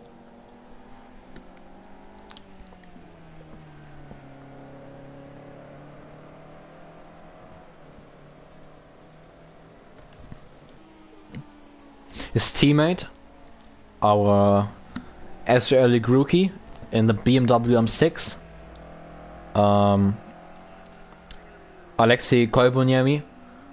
He is currently running in last place. He had a really strong qualifying session, a really strong first part of the race, but then he made a mistake and had to pit for a long repair pit stop, and finds himself in last place now. He's running P8. 3 cars have retired already. First off Yannick Verpeten, then Rob Small, and then Tim Ventic.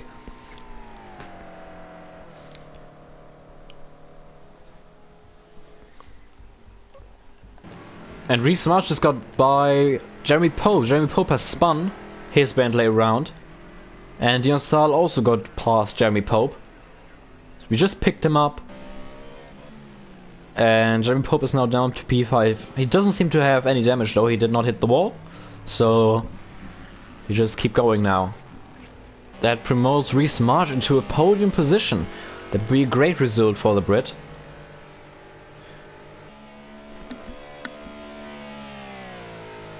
He put a lot of effort into this pre-race. He was practicing for this racetrack, and it's definitely showing off as he's being really consistent.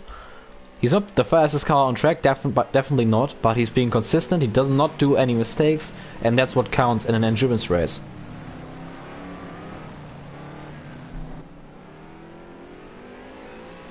As his teammate Dion Stahl is now right behind him. And the gap between the leaders, oh damn it, I missed it. There has been an overtake for the lead, as Jensen Randall just passed Nick van Gelder. Nick van Gelder seems to have made a mistake in, I believe, a Rouge possibly, because his last lap wasn't that much slower than Jensen Randall, and Nick van Gelder just lost about 6 seconds. I was just about to pick those two up, and Nick van Gelder just lost the lead to Jensen Randall. So I expect van Gelder to have made a mistake. Meanwhile, Jeremy Pope has pitted. So in the end, it seems like he suffered some damage, and he's gonna drop all the way down to P7 now. And Jensen Randall is now our new leader. Took him over an hour to get back where he started, but ultimately he's back in the position. Nick van Gelder is dropping more and more time. I believe, and I think, Nick van Gelder suffered from some damage as he's moving his Audi around. I believe this is a sign of suspension damage, unfortunately. As I'm currently watching the replay of what happened to Nick van Gelder.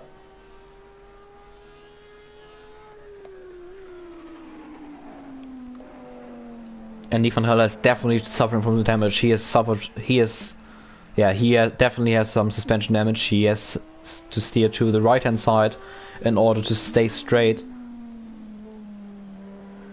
Oh my goodness, this is unbelievable. So first of all, Nick van Gelder has received a 10-second time penalty, I believe, for speeding in the pit lane. And Nick van Gelder, just when we switched over to him, touched the inside on the entry of Eau Rouge, the inside wall, and got spun around. There was a big hit to his Audi R8, and that's what spun him around and definitely caused some damage on his Audi R8. Really unfortunate.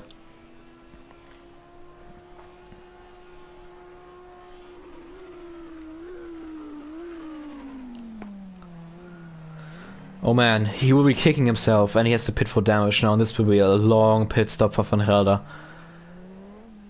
Looks like it will be another race of disappointment for the Dutchman, who's still looking for their first ever SRL League Project Cars 2 win. What an unfortunate situation for the Dutchman, as now Jensen Randall has earned the lead, and Dion Stahl will be promoted to P2 in a second, while Reece March is in P4, so he definitely let his teammate Dion Stahl pass him. Yeah, Dion Stahl is dropping down the order now. Wow, this is really unfortunate, man. He was looking strong. Jensen Randall was definitely catching. There's no doubt about it. But yeah, there was nothing over for him now, and now the dream of winning the 2.4 hours of Spa seems to be over, as he will have a long repair pit stop now. Really unfortunate for the Audi driver.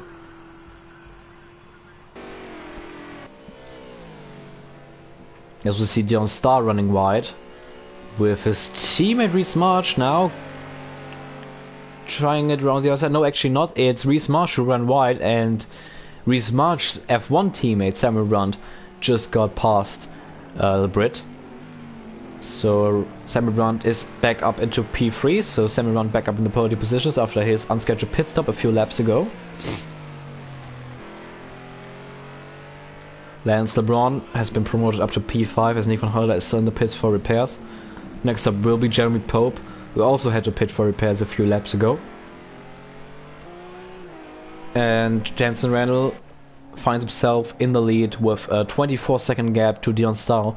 This will be interesting to see if Dion Stahl will be able to catch Jensen Randall. I'd say Jensen Randall and Dion Stahl are probably the two quickest cars on track at the moment.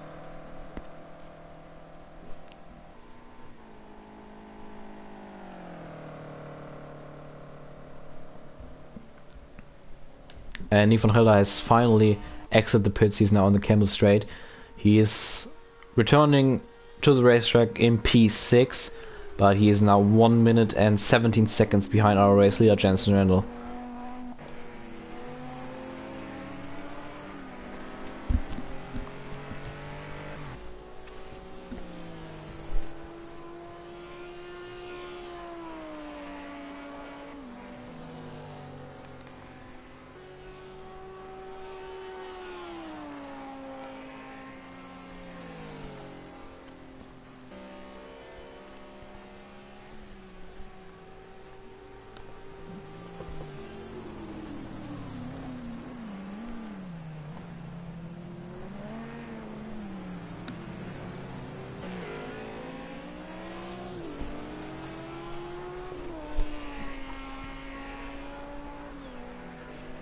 And the gap between Jensen Randall and Dion Stahl has increased by 3 seconds, as Dion Stahl's last lap was a 2 minute 34.6, while Jensen Randall set a 2 minute 31.8.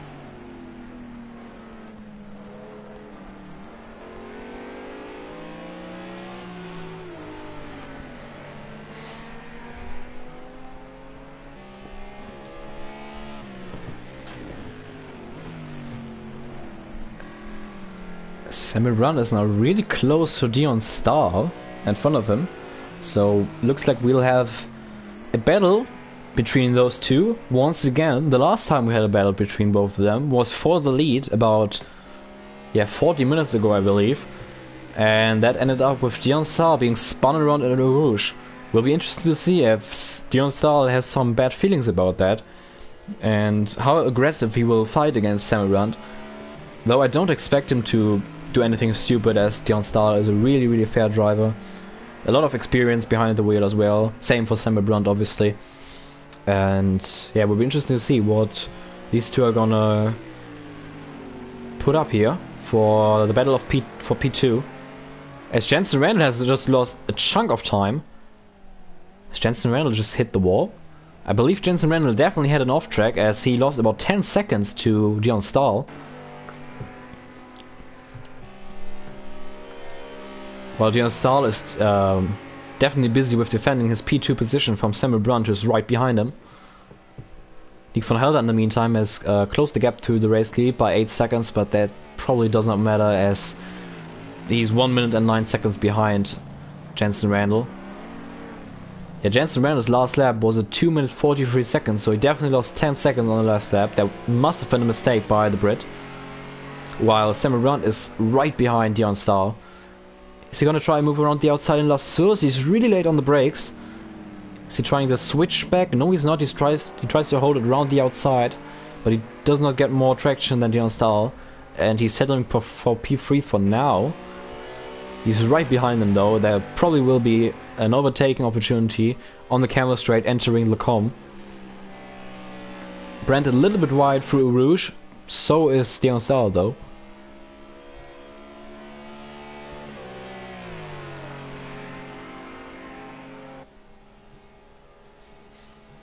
Reece Marsh has dropped down the order by 10 seconds now against his teammate in F1 at least, Samuel Brandt. As Dion Star makes a mistake, he runs right in Lecom, and that's gonna be the position for Samuel Brandt. No, it's not. Samuel Brandt is down the inside of... Oh, this is really close. Don't crash again, boys. Dion Star just stays ahead of Samuel Brandt.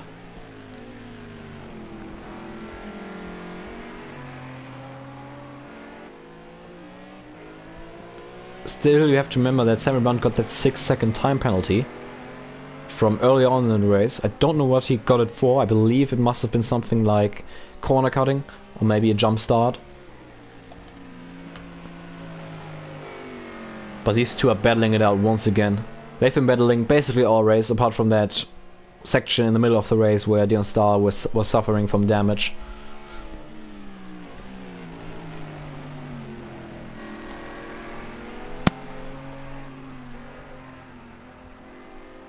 And we're now officially below 1 hour to go. So we got 58 minutes to go in the 2.4 hours here at Spa-Francorchamps. What we've seen so far was amazing racing, drama, lead changes, overtakes.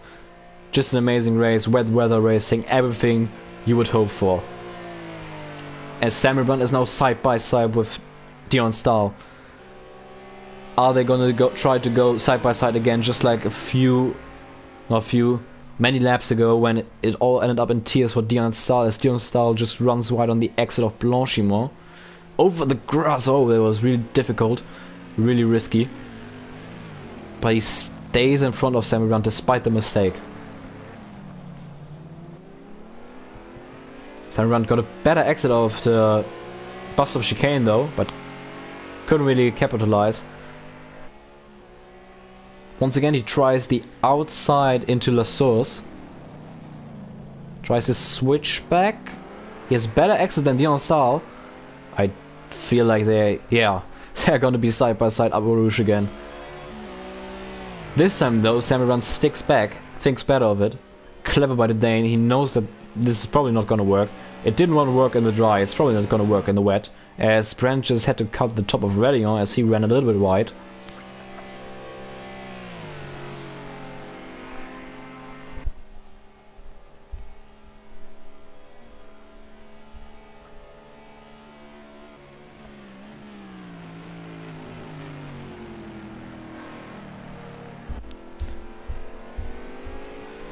Yelte in the live chat is asking if there's still space in the league. Yes, there's still space in the GT3 International Championship. You can check out our SRL League Instagram page or our website, and you can sign up if you want to. We are always open for new drivers in this league, and yeah, if you're interested, you can definitely sign up for our SRL League GT3 International Championship. Yeah. Meanwhile, this battle between Dion Stahl and Samuel Brandt seems to have settled down a little bit, as Samuel Brandt lost a chunk of time when he ran wide in Eau Rouge, and he just ran wide again through Pouin.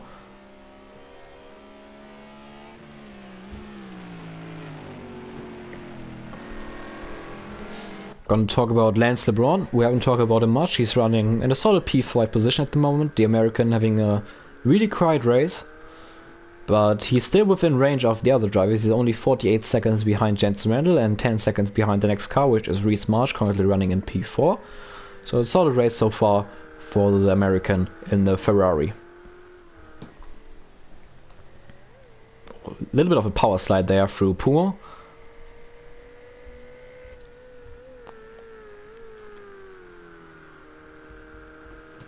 But we're gonna pick up the battle for P2 again, because it's the closest battle on track at the moment.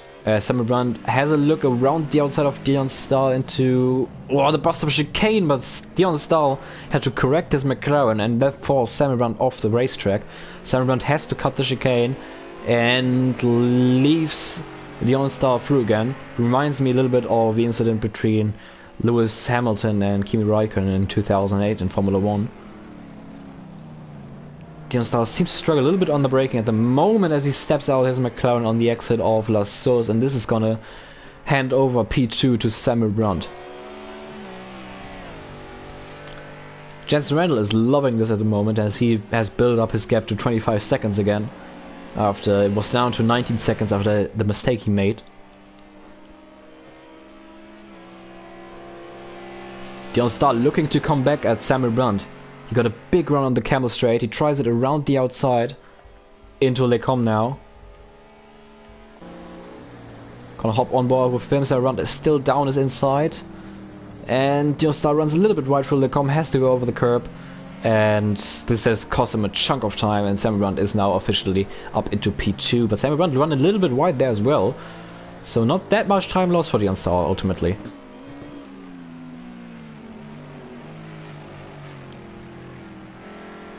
Really wide line there from the Lamborghini Huracan of Brandt.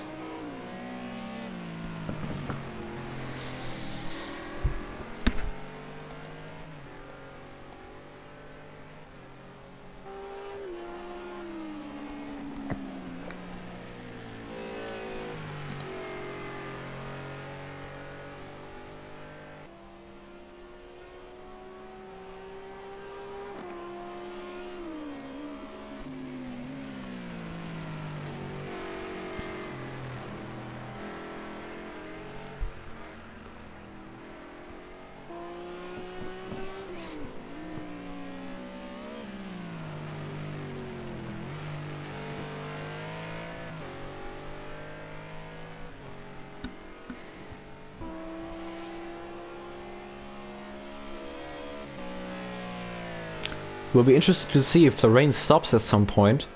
We got 1 hour to go. I think we're not too far away from the sunrise, as the sky is already lightening up a little bit. We are now early in the morning, on track time.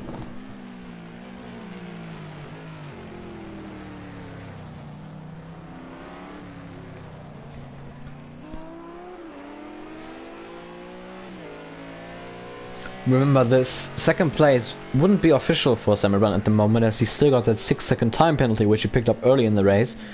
So Brandt has to build a gap of 6 seconds to Dion Star in order to keep his position at the end of this race. But anyway, we still got a long way to go until the checkered flag is falling here at Spa.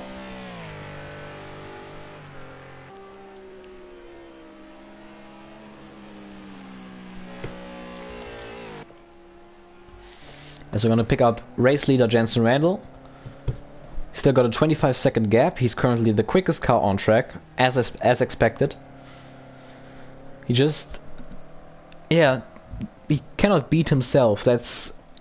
Jensen Randall's biggest enemy is himself. He's making many mistakes. He's definitely the driver with the best pace on the grid. But yeah, as we saw earlier when he made multiple mistakes at the beginning of the race, and he made another mistake about 10 laps ago when he sent his BMW in a spin.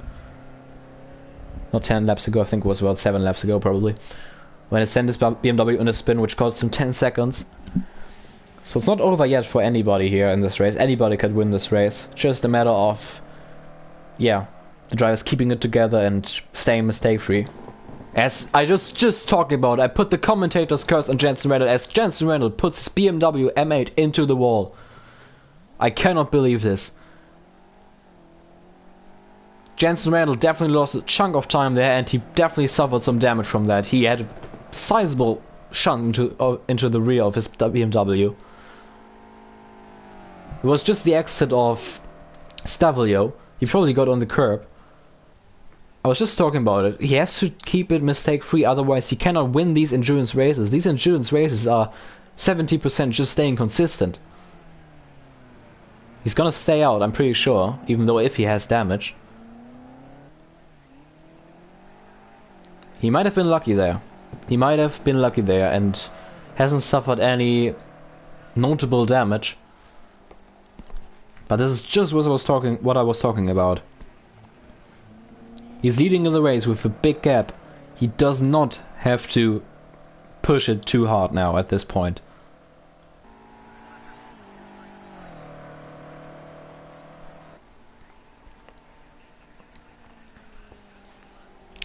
Look, last lap was 11 seconds slower than P2 Samuel Brandt.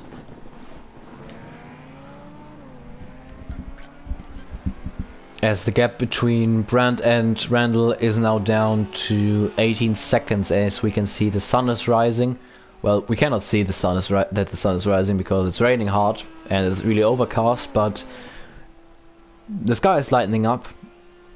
The night time is over. Usually in the dry, this is the time of the race where you see the best lap times, but that's not going to happen now as it's raining, still raining quite hard.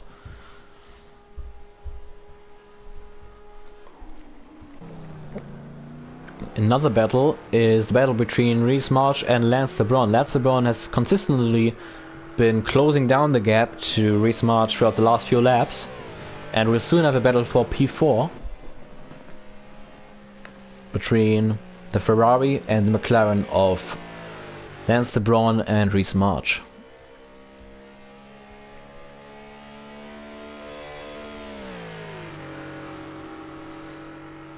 Maybe even sooner rather than later, as Lance LeBron seems to have a huge run on Reece March, and Lance LeBron is going to go down the inside of Reece March into Lecom, and he made the move stick and is past the Brit and is up into P4 now. So only one spot behind a podium position for the American.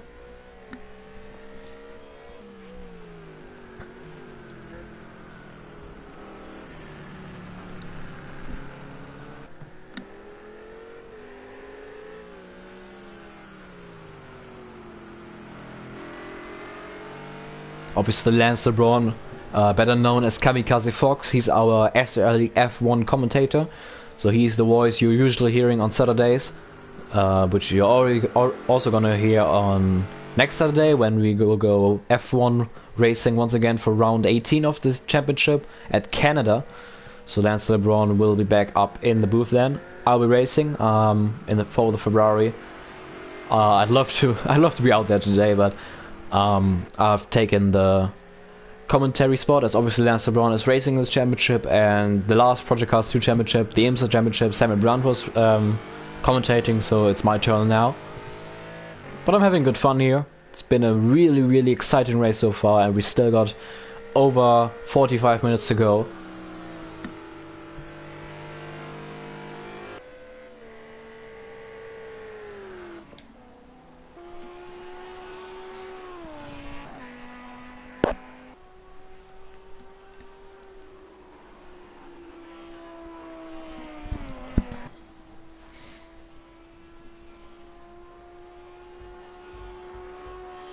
Gonna pick up Jeremy Pope's Bentley. Jeremy Pope currently running P7. He had to pit for damage once, and yeah, now he's being caught by Kovanyemi, the rookie, in his first ever race. Kovanyemi seems to have solid pace, but unfortunately he had to pit for damage as well early on in the race, and we'll have the battle for P7 here soon between the Bentley and the M6.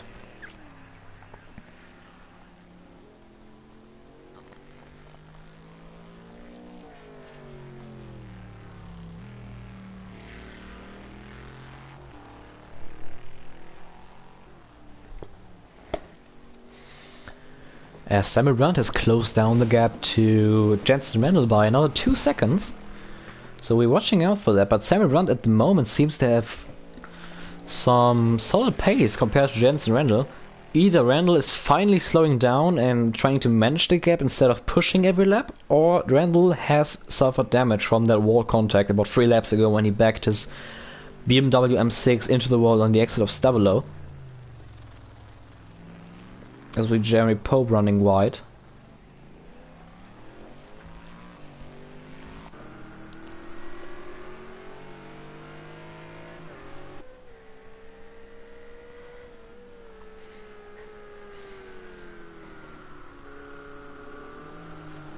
As Lance LeBron is running a little bit wide there through Pouin. Pouin, a really difficult corner in these cars, especially in the wet. You're fighting tons of understeer, and if you touch the inside curb you fight oversteer. It's a real challenge for the drivers.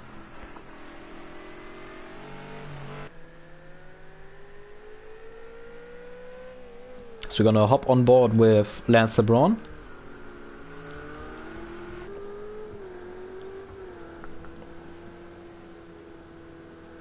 on the power here. Don't take too much off the curb, especially in the wet. It can be really slippery. That's probably what caught out Jensen Randall as well a few laps ago, as whoa, Lance LeBron put his right-hand side tires and onto the grass there. You should not do that in the wet, not even in the dry. Whoa. Tons of oversteer he's fighting there on the exit of Blanchimont as well.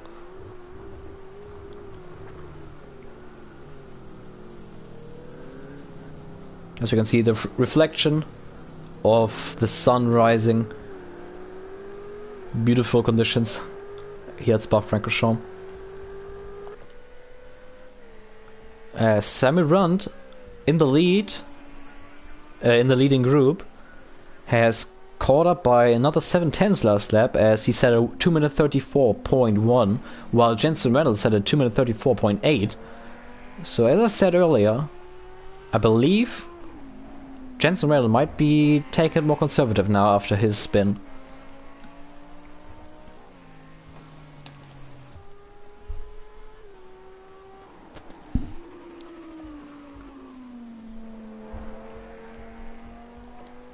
So I'm going to check on the fuel load of the cars at the moment. On the right hand side we can see it. Simon Brown should be able to be good until the end with 69 liters left. Same goes for Jensen Randall, who has just about the same amount of fuel left in the car. Same for Dion Stahl, just slightly more.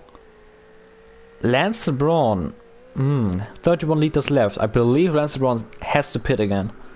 So what Lance LeBron is hoping for is that the rain stops and there will be a crossover point for dry tires, so everybody has to pit again. Otherwise, I'm afraid Lance LeBron has to pit again. Same for Reese March. Lee Van Helder is good until the end. Same for Jeremy Pope. And Koi Wanyama has to pit again as well. So everybody's good until the end in terms of fuel, apart from Lance LeBron, Reese March and Koi Wanyama.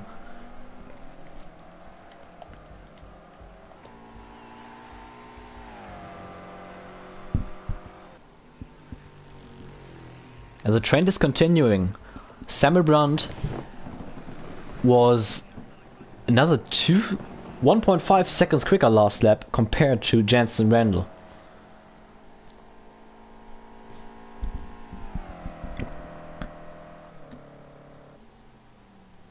As Jensen Randall is coming to put his teammate Koi Wanyama another lap down.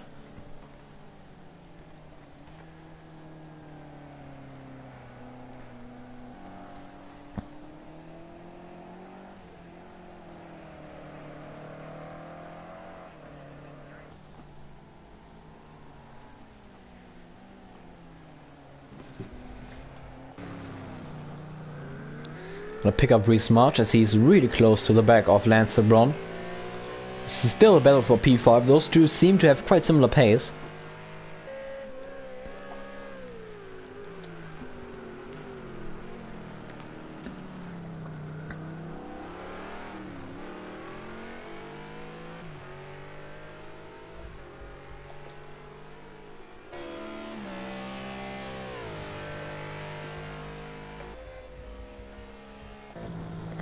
Up the hill, Eau Rouge, up to Radion, a little bit off the track for Reese March. Can't do that too often because you're going to get a slowdown penalty at some point.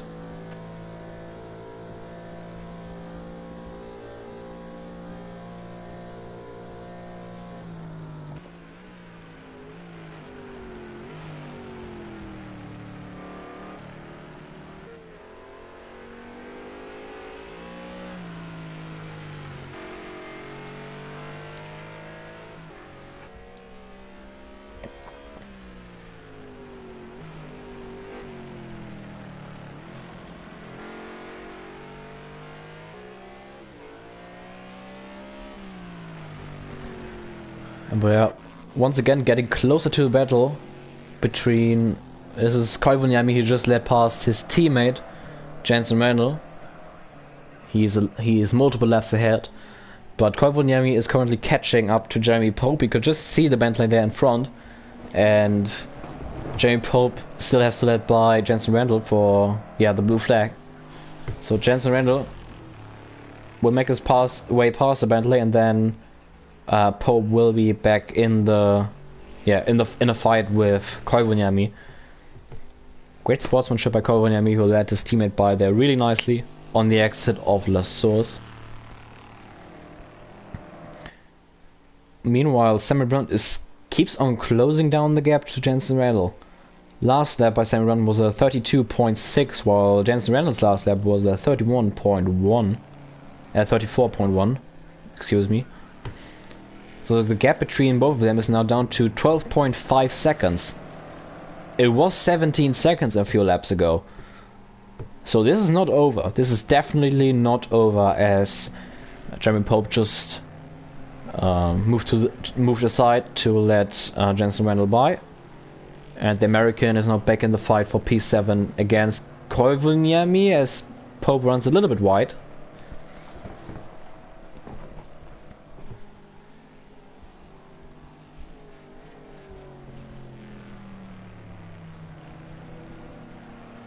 Koivuniemi runs wide as well through Puma. Many drivers seem to do that.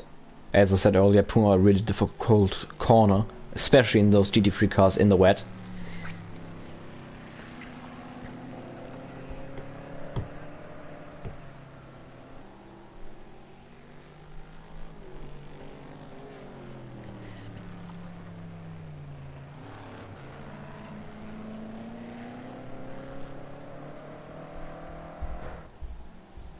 Oh, and Jeremy Pope goes... Oh, this is unfortunate. Jeremy Pope just went into the spin, and Koivuniemi could not avoid the spinning Bentley. And, yeah, T-boned him basically, and both of them have suffered damage now. This has been a really unfortunate incident. I would not be surprised if I would see one of these two drivers retire now. Jeremy Pope just getting past Koivuniemi. You can't blame any of those two. Jeremy Pope just lost it in a really, really unfortunate position, as Dion Sall is now getting close to those two cars. They have to get out of the way. Jeremy Pope does so, Koivuniemi does not, and Dion Sall now gets around him. Just a really unfortunate incident. There was no way to go for Koivuniemi. He probably was a little bit blind in that corner as well. And both these drivers have to pit for damage again now. At least they were both in the last two positions on the track anyway, so not much loss there, but still an unfortunate incident.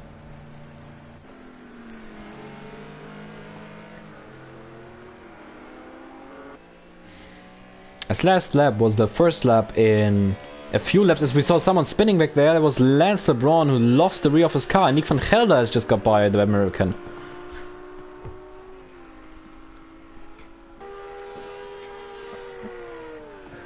But Nick van Gelder now has built a gap of 10 seconds definitely, because he still got that 10-second time penalty as Lance LeBron goes off the track through Blanchimont. So LeBron currently definitely fighting his Ferrari 458. Seems to struggle for grip.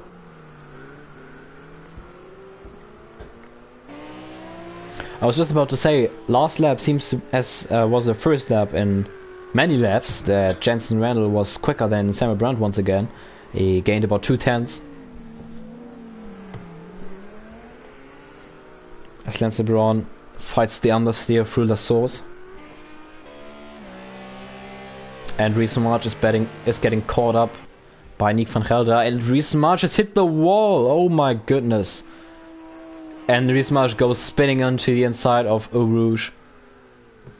Lance LeBron takes avoiding action. I cannot believe Reese March has done this. Lance LeBron has to cut Radion.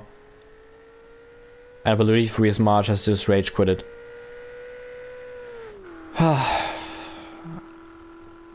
I cannot believe this has just happened. Reese March was running such a mistake-free race. He had a really, really nice run. And I believe he just made contact with the outside wall entering Radion/Eau Rouge. Well, Eau Rouge. But it's just like he hit the wall and that just snapped his suspension and sent him spinning. And he had nothing of it, as he definitely would have had to pit for damage as well. Oh, this has been really unfortunate for Reece March. He was running really well. He had a shot at the podium as well, and now he's out of the race. And this will be a P8 finish. That will be at least 1 point for the Brit. But that was definitely not what he was hoping for, as he was running really, really well in this race.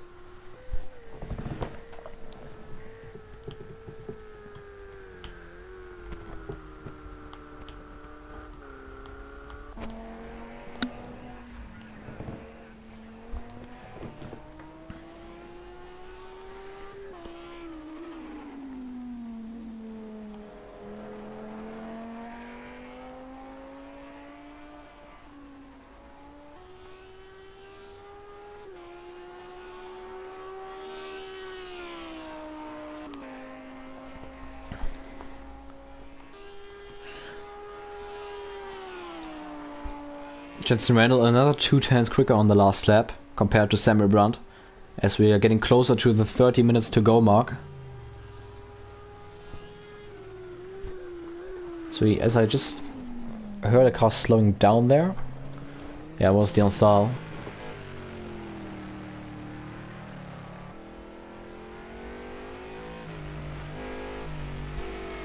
Dion Stahl running in P3. As his teammate Reece March just retired.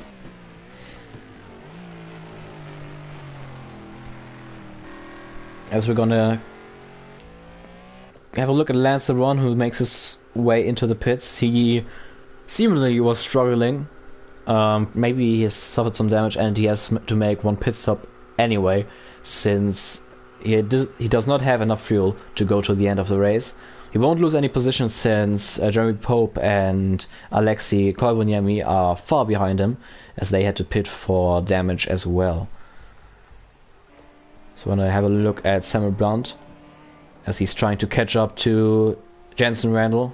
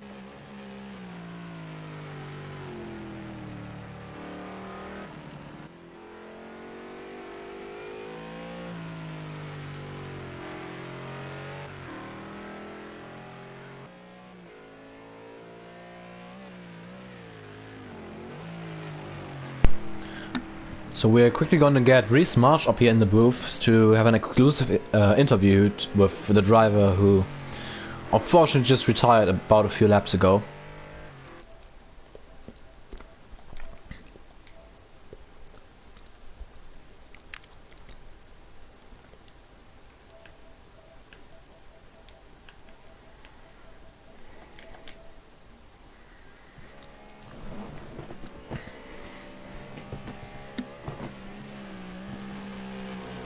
As we've just lost someone. Samuel Brandt. Samuel Brandt has just... I think Samuel Brandt has been disconnected. P2 in this race has just left the session. We saw Samuel Brandt having connection issues earlier in the race, in the practice sessions, and Samuel Brandt has just left this race. This is really, really unfortunate, as Samuel Brandt was just trying to catch up to Jensen Randall, and now his P2 finish and possible victory is gone. As we are just welcoming Reese Marsh into this into the booth up here. Yeah, we just saw Samuel Brandt being disconnected of the session. He's been fighting connection issues all day. Yeah, this is really unfortunate. But first of all, we're gonna talk about you, Reese. Yeah, what happened there? We just saw you hitting the wall on the entry of Eau Rouge and saw you spinning on the inside of the track. And did you rage quit or what happened? Nah, I hit the barrier, and that barrier is glitchy, really glitchy on this game, and it blew my engine, and I went flying back on track. So luckily avoided faults, but I had to retire because the engine died. So yeah, a big shame. Yeah, real shame, because you were running a great race till that point. We know you're not the fastest driver on the track, but what is important in these endurance races is being consistent, and that's what you did. I did not see, apart from a few spins early on, I did not see you making many mistakes, and that definitely paid off with you, you know, being inside of a podium finish possibly. Yeah, it was a massive shame, especially I would have been, well, if I had defended off Nick and also after Sam disconnected, but I literally left the main pie where as Sam disconnected, and he was kind of annoyed with it. So obviously, yeah. But it was a massive shame for both me and Sam, I guess. And also Nick hit that barrier, the same one as me, but luckily survived. So, yeah, Nick van Gelder's he hit the inside wall on the other side, entering Eau Rouge, which ultimately cost him a possible win, as he was leading the race and had to pit for damage then. Yeah, many incidents in this race, but it's been a great race so far with a lot of battles. Unfortunately, the excitement for the win has been taken away with Samuel Brandt being disconnected now, but we know Jensen Randall, and we all know that he's making multiple mistakes. He has been making multiple mistakes already this race, and yeah, what was your... How did you see the first lap incident? We did not really see what happened there. Did Jensen Randall spin through Le Com? He did. He spun just after Camel Straight, and I don't really know what happened, but Jeremy also went off. I don't know if that was because Jensen tried to come back out on track, because I didn't quite see it in time. But apparently, from what Jeremy said, it wasn't. He just went wide as well, and nearly went into Jensen. So that was kind of interesting, but. Yeah, I don't really know what happened there. You might have to ask him. Yeah, that incident definitely blew my mind. It was a carbon copy of Bathurst. You remember at Bathurst, Jensen Randall also took pole position, led the first few corners, and then going down the hill, he lost his BMW M8 and caused a multiple car incident. And yeah, just basically the same thing which happened today. I still can't believe that he did that again, but he recovered from that, is now leading the race despite many incidents. And he's definitely been very lucky with not getting much damage from the spin he had about 20 minutes ago probably, as he's now leading the race about half a minute ahead of Dion Stahl, who is currently running in P2.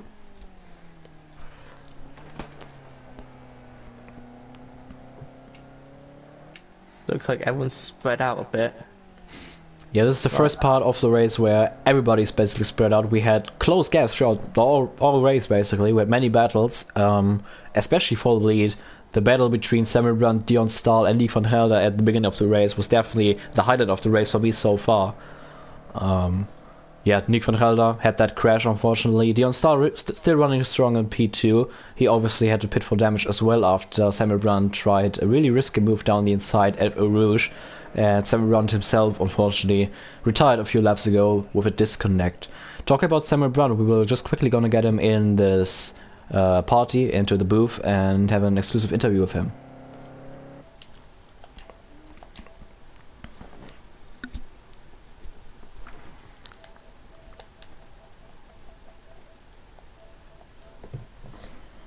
As we're just coming back from inviting Samuel Brandt, as we see Jensen Randall just went for a spin. It's not too bad, he didn't hit anything, but he definitely lost a little bit of time there. Same corner as he had a spin early on, Stavelo. That must be his 7th or 8th mistake this race so far. I cannot believe he's actually leading this race. That just shows how much pace he has.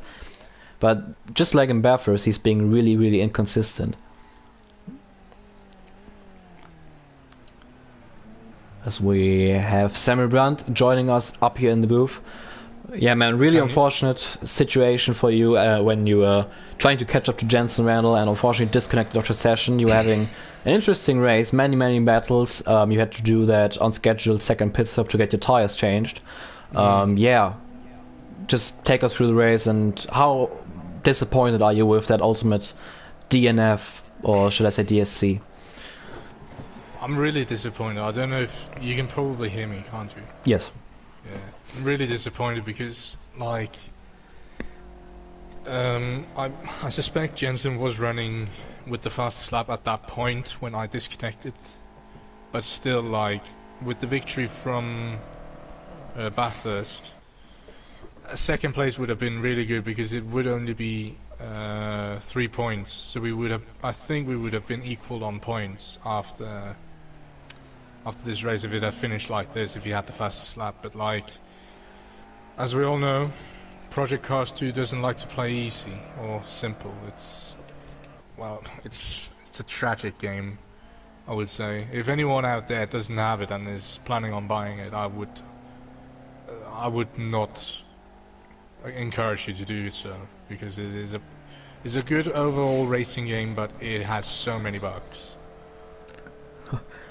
Harsh words there from Samuel Blunt. Obviously, I don't want to disappoint you even more, but just when you entered the booth up here, Jensen Randall has made a mistake, lost about 7 seconds, and you were catching up to him definitely, so that race wasn't over yet.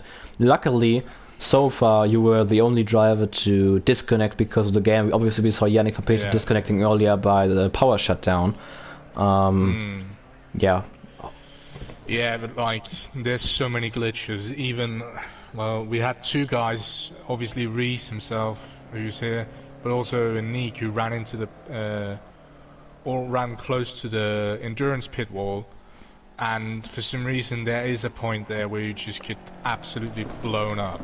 Yeah, I have to say that Nick van Gelder's incident was a little bit different. He actually hit the inside wall entering Eau Rouge, so he turned a little bit he turned in a little bit too early and hit that inside wall. So I think that incident was justified, but the incident with Dries March was just definitely unfortunate and shouldn't have happened. And it's also so annoying that you sit here for like, I don't know, nearly 2 hours, and then in the last 30 minutes, if for some reason the game decides that you're not gonna finish the race. So yeah, I'm probably gonna sound like Sebastian Vettel, but let's race on Assetto Corsa Competizione when it comes out. It seems like the producers and the game overall is more capable than the idiots at Slightly Mad Studios and this game. And by the way, can I have an invite to the lobby? I don't know if I can join because yeah, I don't think I can give out invites. You might have to ask Reese if he can do that. I think I can. Okay, yeah. Or maybe I can't. So we are gonna have a look at the race at the moment as Jensen Randall has built up the gap to Dion Stahl. It stayed stable. He lost a little bit of time a few laps ago, but last lap he was about 2 seconds quicker again. As Dion Stahl is now half a minute behind our racer Jensen Randall. I will have to sadly step out the booth now. So yeah, I will see you guys next week or something.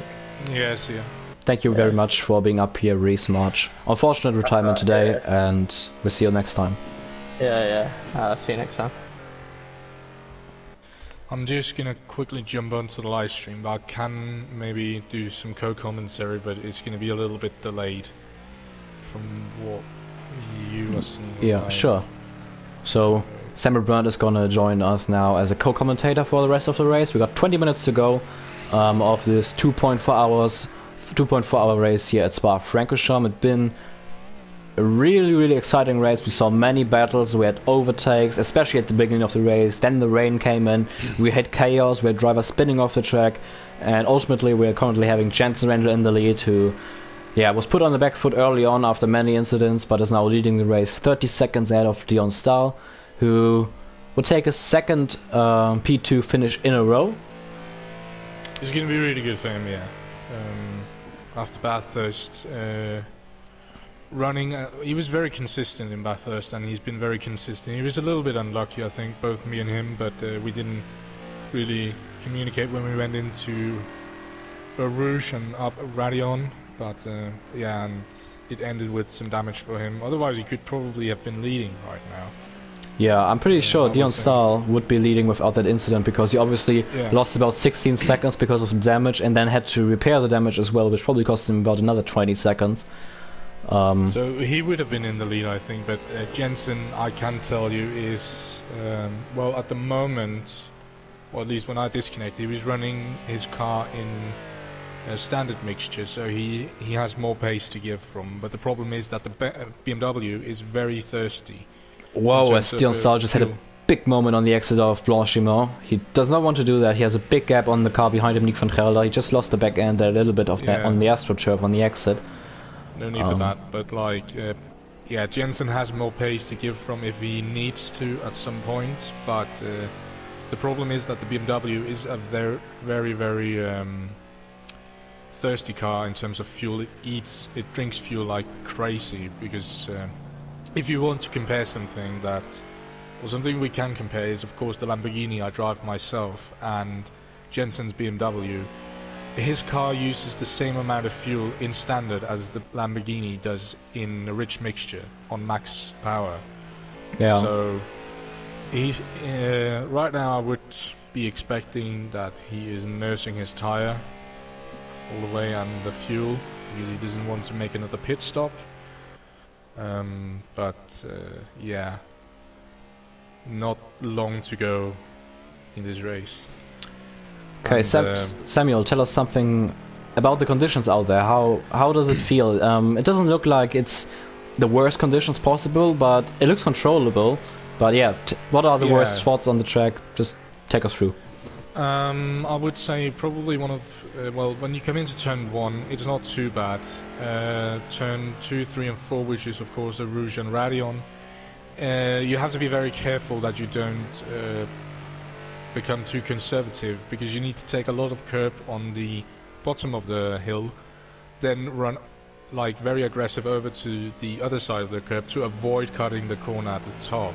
Yeah. And then turn 5, 6 and 7, they're not too bad. They've, or at least when I was driving, they were relatively dry. I think it's the driest point of the track. And then of course the long turn 8, I believe it is.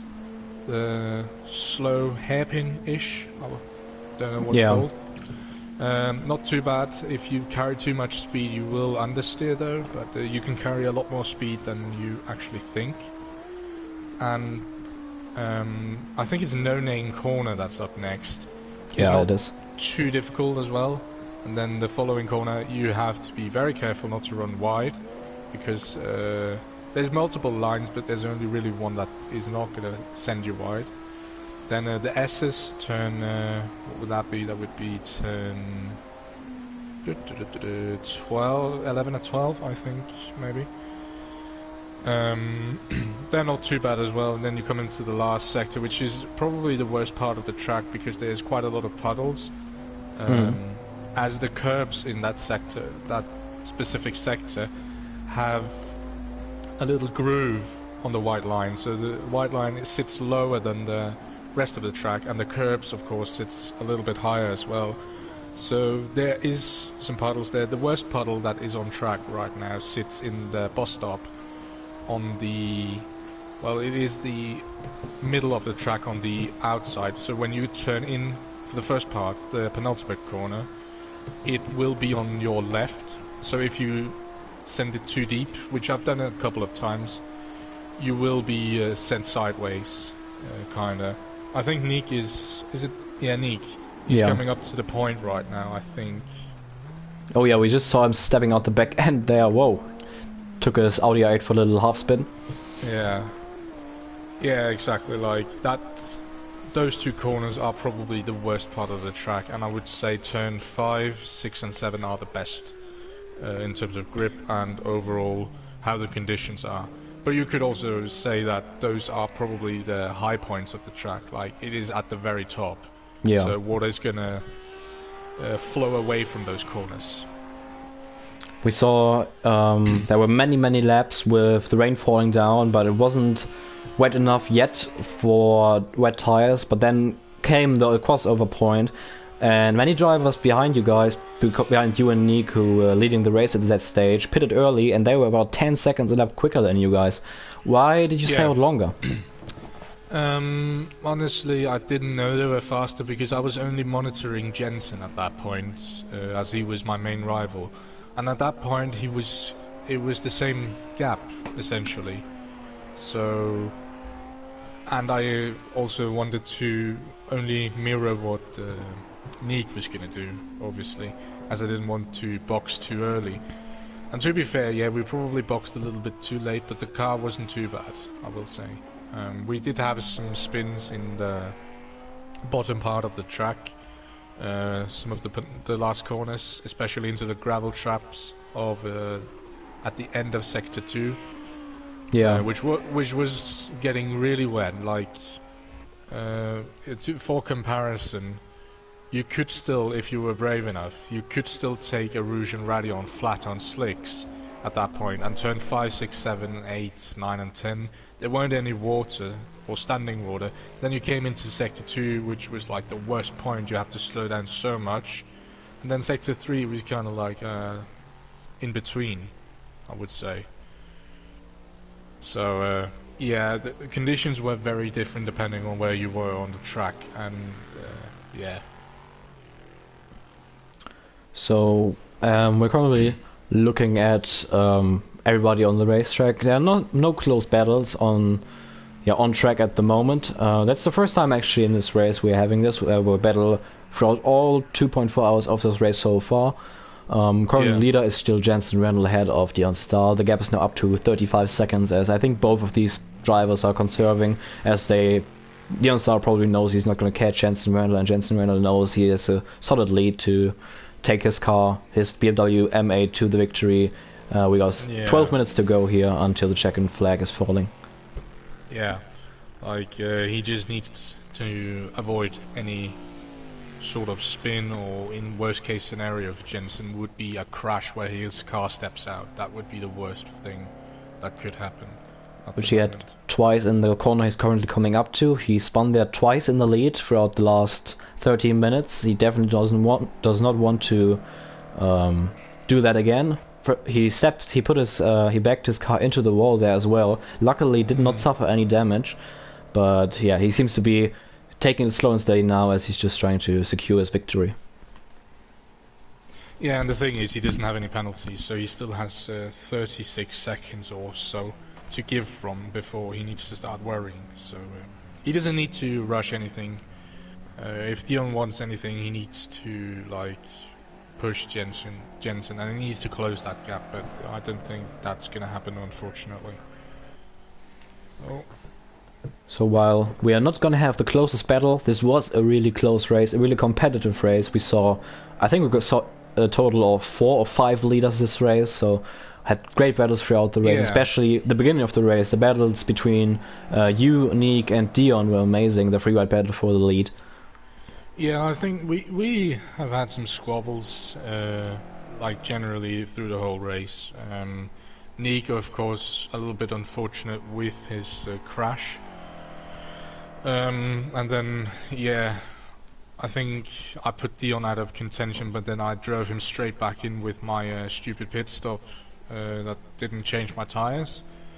So, yeah. There has been some complications for all of us, but... and Jensen, to be fair, he's kept it quite clean. He has... he's spun a couple of times, but he hasn't had any major damage from what I know. I could be wrong. Obviously. Early on he had to pit for damage, so he has 1 pit stop more than everybody else. I think he made some front end contact right on the exit of this corner here. He also made some contact early on with you going into the bus stop chicane, where I think he gave you a little bit of a bump, But he misjudged his braking point.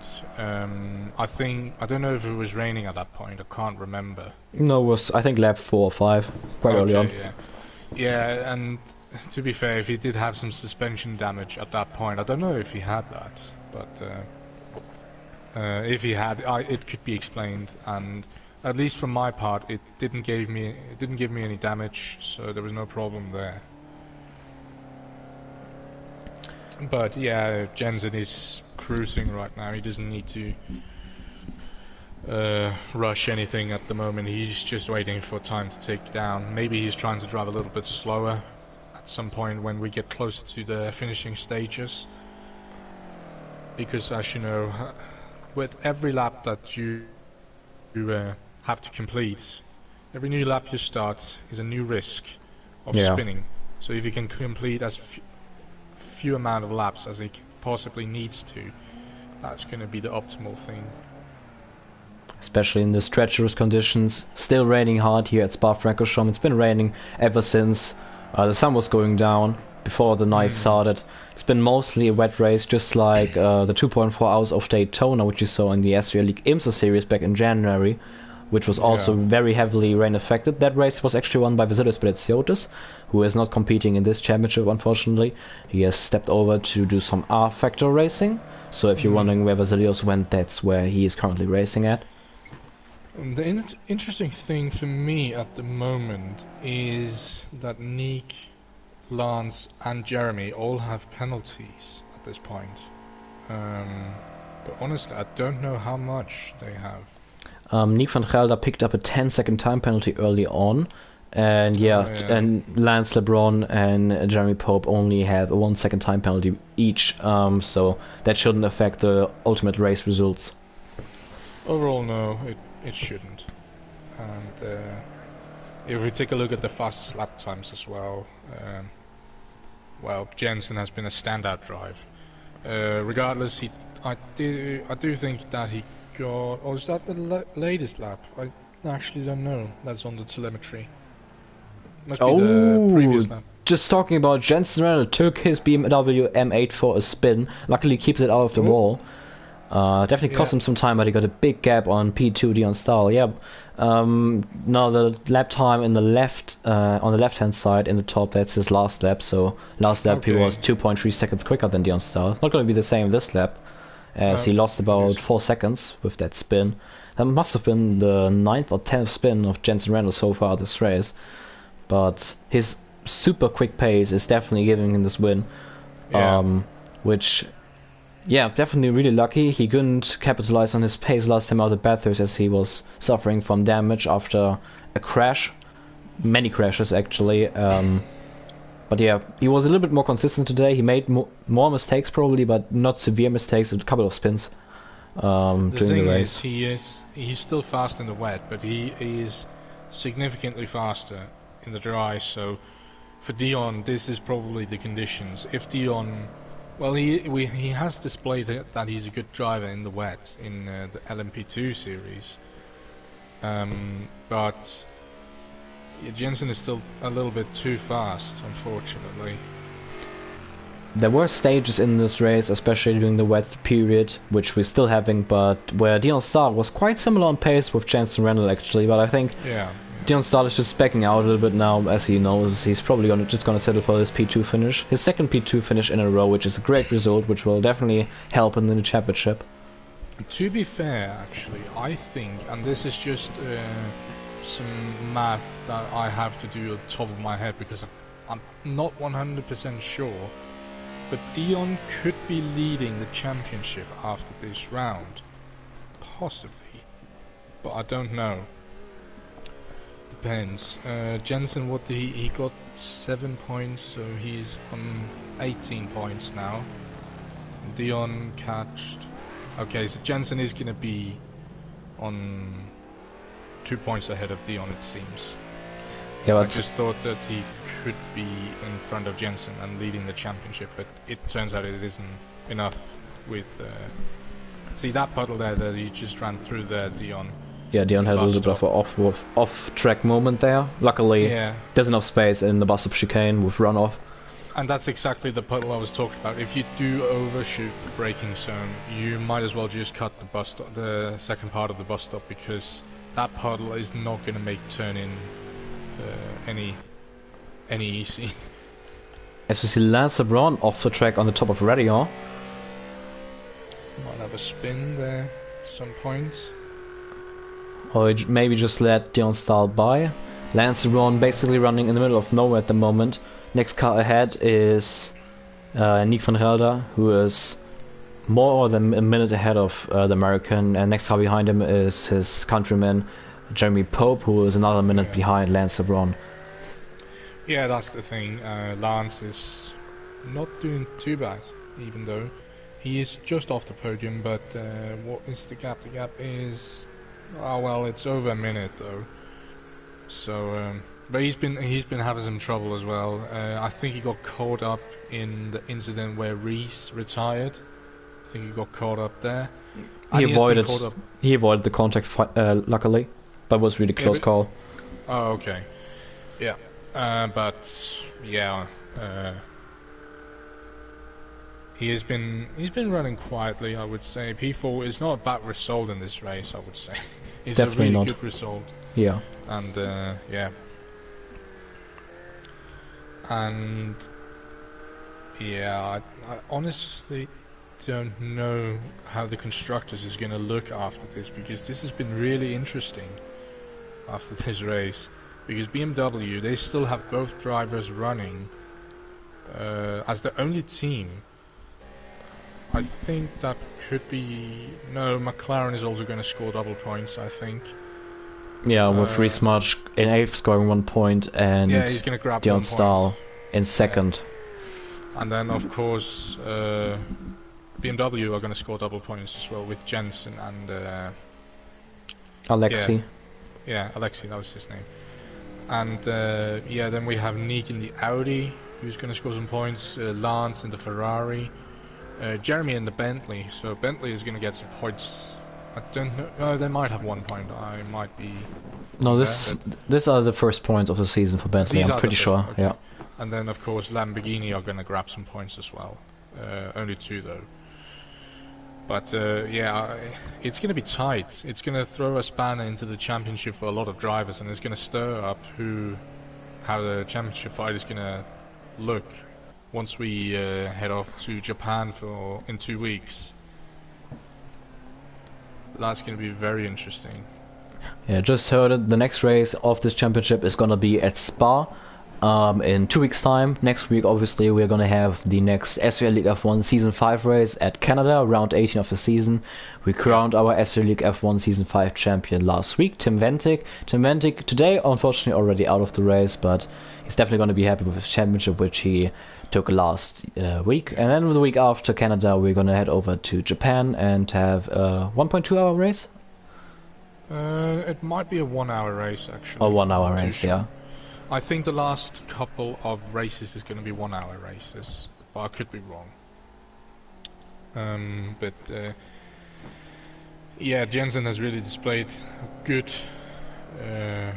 consistency this race. What he lacked so much in Bathurst, and what ultimately cost him the win, I would say, he's really pulled it out of the pockets in this race, and yeah, he's just been a standout drive, even with some mistakes that well, it happens. It is a long race, and drivers do get fatigued, even though it's only 2.4 hours, but still, it's quite a long race. As we're now coming close to 1 minute to go, which means this is going to be the last lap for Jensen Randall, as he's just gonna come across the line for the final lap of this race. He got 27 seconds ahead of Dion Stahl, and Dion Stahl is half a minute ahead of Nick van Gelder, so this is probably gonna be the podium finishers of the 2.4 hours of Spa. Obviously, we still got 1 lap to go. Don't want to congratulate anybody too early. We know anything can happen in this sport. We saw that earlier. Anything can happen at any time. Yeah. That's how we should treat it, because it's getting worse for every lap in terms of tire wear, in terms of how light the car is going to become, how hard the rain is going to settle. Like, everything is just playing against the drivers in this stage of the race. definitely. And we're seeing the lap times drop every single lap. That might probably be because drivers are taking it more conservatively, like especially Jensen Randall and Dion Stahl, who are settling down for P1 and P2. I think the only driver who's really still pushing hard is Nick van Gelder, who was about 4 seconds quicker last lap compared to Jensen Randall, our current race leader. Yeah. His time is officially up now, so this will be the last lap of the race. Jensen Randall still got half a lap to complete. Yeah, and I should say, it looks like it's going to be Dion who's going to take another second place, and then Nick on his first GT3 podium. Unfortunately, Nick van Gelder once again will be denied of his first ever SRL League Project Cars 2 win. He seemed to have a really good shot, but unfortunately then had this incident on the entry of Eau Rouge where he made contact with the inside wall and had to pit for a long repair pit stop. Yeah. And yeah, Jensen, even though his car is a little beaten up on the front bumper, it seems like it's not playing him too much of a problem. He's losing a little bit of time to Dion, but it might just be that Jensen needs to nurse the car. Oh my goodness, he just took it for a spin on the exit of Stavelo. Once again, that's the third time this race he's taken for a spin in that corner.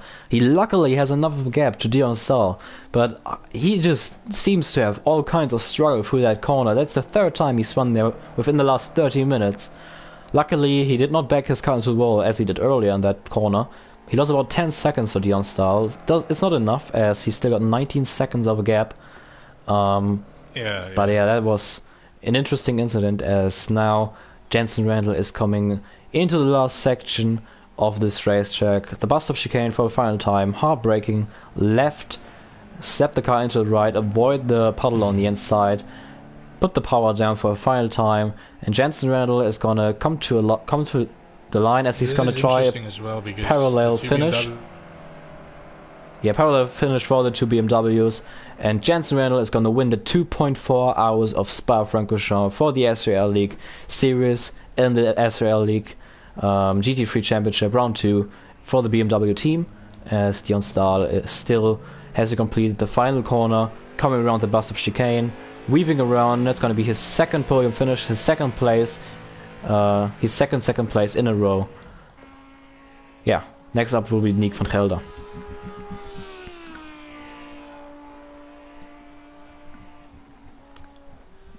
Nick van Gelder definitely had a shot at the win today. Unfortunately, as I said earlier, he got caught up in that incident where he hit the inside wall. Third place, probably will be a little bit disappointed with that. In the end, it's still a podium, and after his P5, I believe it was at Bathurst, that's definitely an improvement, as Nick van Gelder is going to take the final spot on the podium with a P3 finish.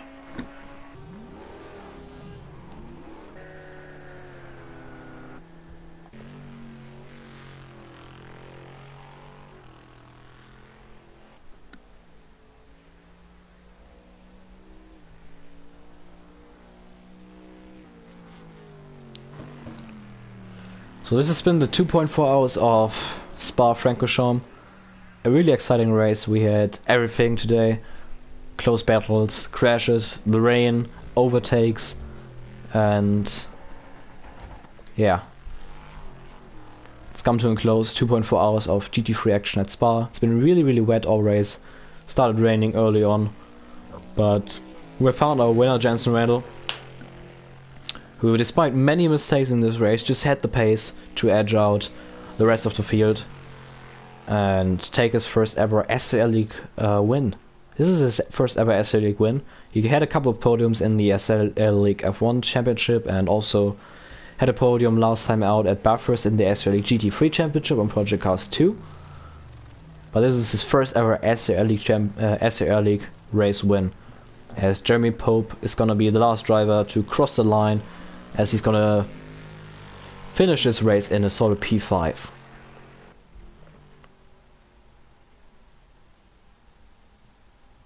As we are gonna have a quick look at the race results, Jensen Randall picks up the win ahead of Dion Stahl. Third is Nick van Gelder. P4 is Lance LeBron. P5 is Lance LeBron's countryman, Jeremy Pope. P6 is Alexei Koivunen in his first ever SRL League start. Yeah, and we have retirements. The first retirement of the day was Yannick Verpeten, then Rob Small retired, Tim Ventic retired as well, Reece Marchmont retired, and Samuel Brandt unfortunately retired as well with a disconnect.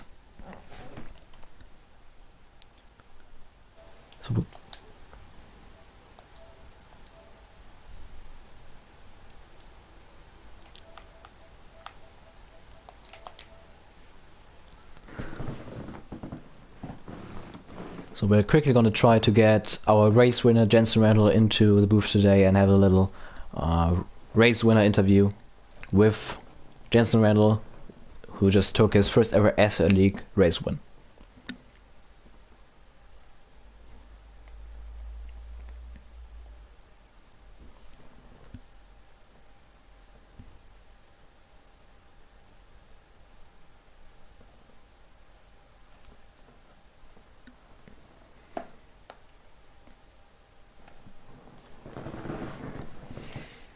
You can see the penalties have been applied on the right hand side of the results. 10 seconds for Nick van Gelder, 1 second for Lance LeBron, and 1 second for Jeremy Pope. Ultimately not changing up the finishing positions, as the gaps were quite big in the end after, yeah, a really close race, all race long basically.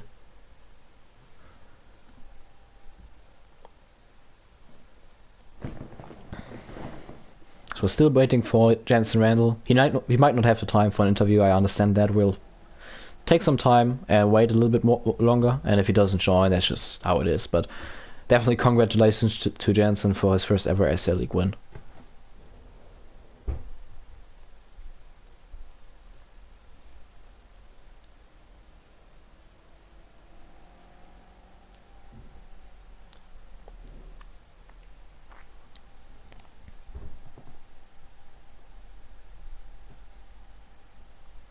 Looks like Jensen cannot make it into the party. Seems like he's maybe having some technical difficulties, but yeah, that's just how it is. So we're gonna end the live stream right here.